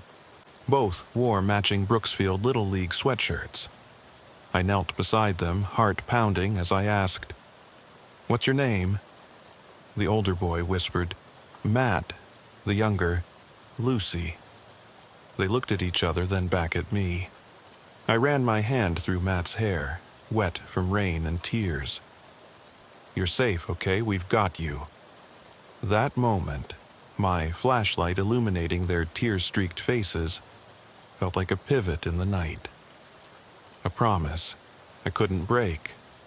The medical examiner's van arrived at 0500, 2 hours after we'd first entered the barn. I watched as the techs carried out 2 bodies, one male, mid-30s, skeletal and beaten beyond recognition. One female, late 20s, face bruised, eyes closed in death's final grace. They wrapped them stiffly, as if their muscles had already forgotten how to move. I didn't want to look, but I did, had to. I forced down bile, turned my head toward the north field, where yellow tape fluttered like cautionary bunting. Inside, more bones lay scattered beneath rotting plywood, remnants of older victims, children and adults alike, some with tiny shoes half buried in the dirt. The rain washed over them, dragging mud across lacerated bone. JPEG flashes from crime scene cameras lit the barn interior in jagged freeze frames. A shattered crib frame, a half-chewed teddy bear, pages from a child's workbook torn in 2. All around lined newspaper clippings, young faces circled in red ink, pictures of missing persons from local towns spanning a decade. I recognized one faint face, Tommy. Another was a boy named Danny Turner, missing in 2007. I stepped back, pressed my palm to my forehead, and closed my eyes. Each breath I took felt like a betrayal. The world was spinning, and I was rooted to the spot. Helena came up beside me, hand on my shoulder. "You okay?" she asked quietly. I forced a nod. "We'll get them justice," she said, voice firm. But we both knew justice could never undo the hours those victims spent in horror. By dawn, the barn was stripped for evidence. Biologists tested soil samples. Homicide detectives cataloged each scrap of paper on the walls. Forensics floated through, dusting for prints. I found myself in a small mobile command trailer at the edge of the property. Lights flickering overhead, coffee turning cold in a styrofoam cup. The chief of detectives, Sandra Briggs, approached with a folder heavy with preliminary reports. She put a hand on my desk. "Carter, you did good. This was your call. You trusted your instincts." I stared at the folder. Pruitt's booking affidavit, Marisol's statement, Tommy's medical chart. "Chief, I need to know why you think Pruitt's done this alone for years." "How'd he keep them hidden?" I asked. She glanced out the trailer window toward the barn. "He wasn't alone. We found tunnels beneath the floorboards, but they led to a secondary chamber not discovered until today. We believe he had a confederate, someone from the community, possibly someone with access to supplies, someone who could bring food without raising suspicion. My jaw clenched. Someone had been so close for so long, looking through our community with impunity. My mind raced back to the list of missing person flyers in the cabin. I'd only scratched the surface. I spent the next 12 hours coordinating with SWAT to secure Pruitt's double-wide trailer on Miller Road, where he lived for the past summers, if you can call that living. Inside, we found crates of birth certificates, school records, stolen IDs, and a ledger with names, dates, and places where each victim was found. One entry read, Tommy Alvarez, November 12th, found. Another line, Marisol Alvarez, November 2nd, extracted. A third line, Danny Turner, August 3rd, 2007, solved. It went back to 2005, 8 years of terror. On a separate page, the name Harold Jenkins scratched out, followed by SNR, silent no resistance. The code SNR made my blood run cold. It meant silence not required, a twisted term Pruitt used for victims who were quiet, pliant. That night, back in my bed, I stared at the ceiling. Tinnitus buzzed in my ears. The weight of every face I'd seen crawled across my vision. Silent children, haunted women, elderly folks who simply disappeared. I tried to sleep, but my mind looped over each step I took, each decision. I kept wondering, how many times did I pass Pruitt on the road and think nothing of it? How many calls to my own house had I answered without a clue about this monster down the street? I felt exposed, raw. By November 15, 2011, the press had dubbed Pruitt the Brookfield Butcher, though there was no butcher's blade, just a methodical cruelty I can't ever make sense of. In court, Pruitt sat in an orange jumpsuit, shackled, expression blank. He refused to speak except to whisper, "They're all free now." His eyes darted at me whenever I passed. I kept my face straight, remembering his lean frame in that pit, how he clutched the edge of the ladder as if it were salvation. In jail, he finally started talking. He told detectives he'd grown up in these woods, learned secrets in trees and clover, he said, that he believed people carried pieces of themselves into the earth. Blood, breath, fear, tears, and by trapping them here, he was safeguarding their essence for eternity. He said the walls were listening, feeding on static, whispering names at night to keep him company. None of it made sense to me. His words were riddled with delusion. But what terrified me was how calmly he described each victim. She asked me for water, he said of Marisol. I gave her water. I listened to her heartbeat slow until she slept forever. I remember that afternoon I went back to the trailer park where Tommy's family lived. Rose Alvarez hugged me when I walked in. Her eyes were hollow but grateful. She whispered, "He asked for you. He said you saved him." I knelt by Tommy's bedside. He lay under bright hospital lights, bandaged arms, tubes from his nose to his stomach. He pointed to a drawing taped to the wall next to his bed. A man in uniform holding a flashlight over a smiling child. He wrote under it, "Thank you, Officer Carter." My throat closed, and I swallowed hard. That night, I drove through Brookfield town, radio squawking softly in the background. The streetlights glowed pale, flickering above closed diners and shuttered storefronts. Everyone looked safe in their homes, but I felt like an intruder among them, like I'd peeled back a thin veil to find something rotten beneath the surface. At home, I sat on my porch in the damp chill, staring at the gravel road that led to the barn. Empty now. The air smelled of cedar and rot. I felt my hands clench the arms of the rocking chair. My heart pounded so loud I thought neighbors might hear. Days passed, and then weeks. The investigation expanded to neighbors, ex-girlfriends, anyone who might have helped Pruitt.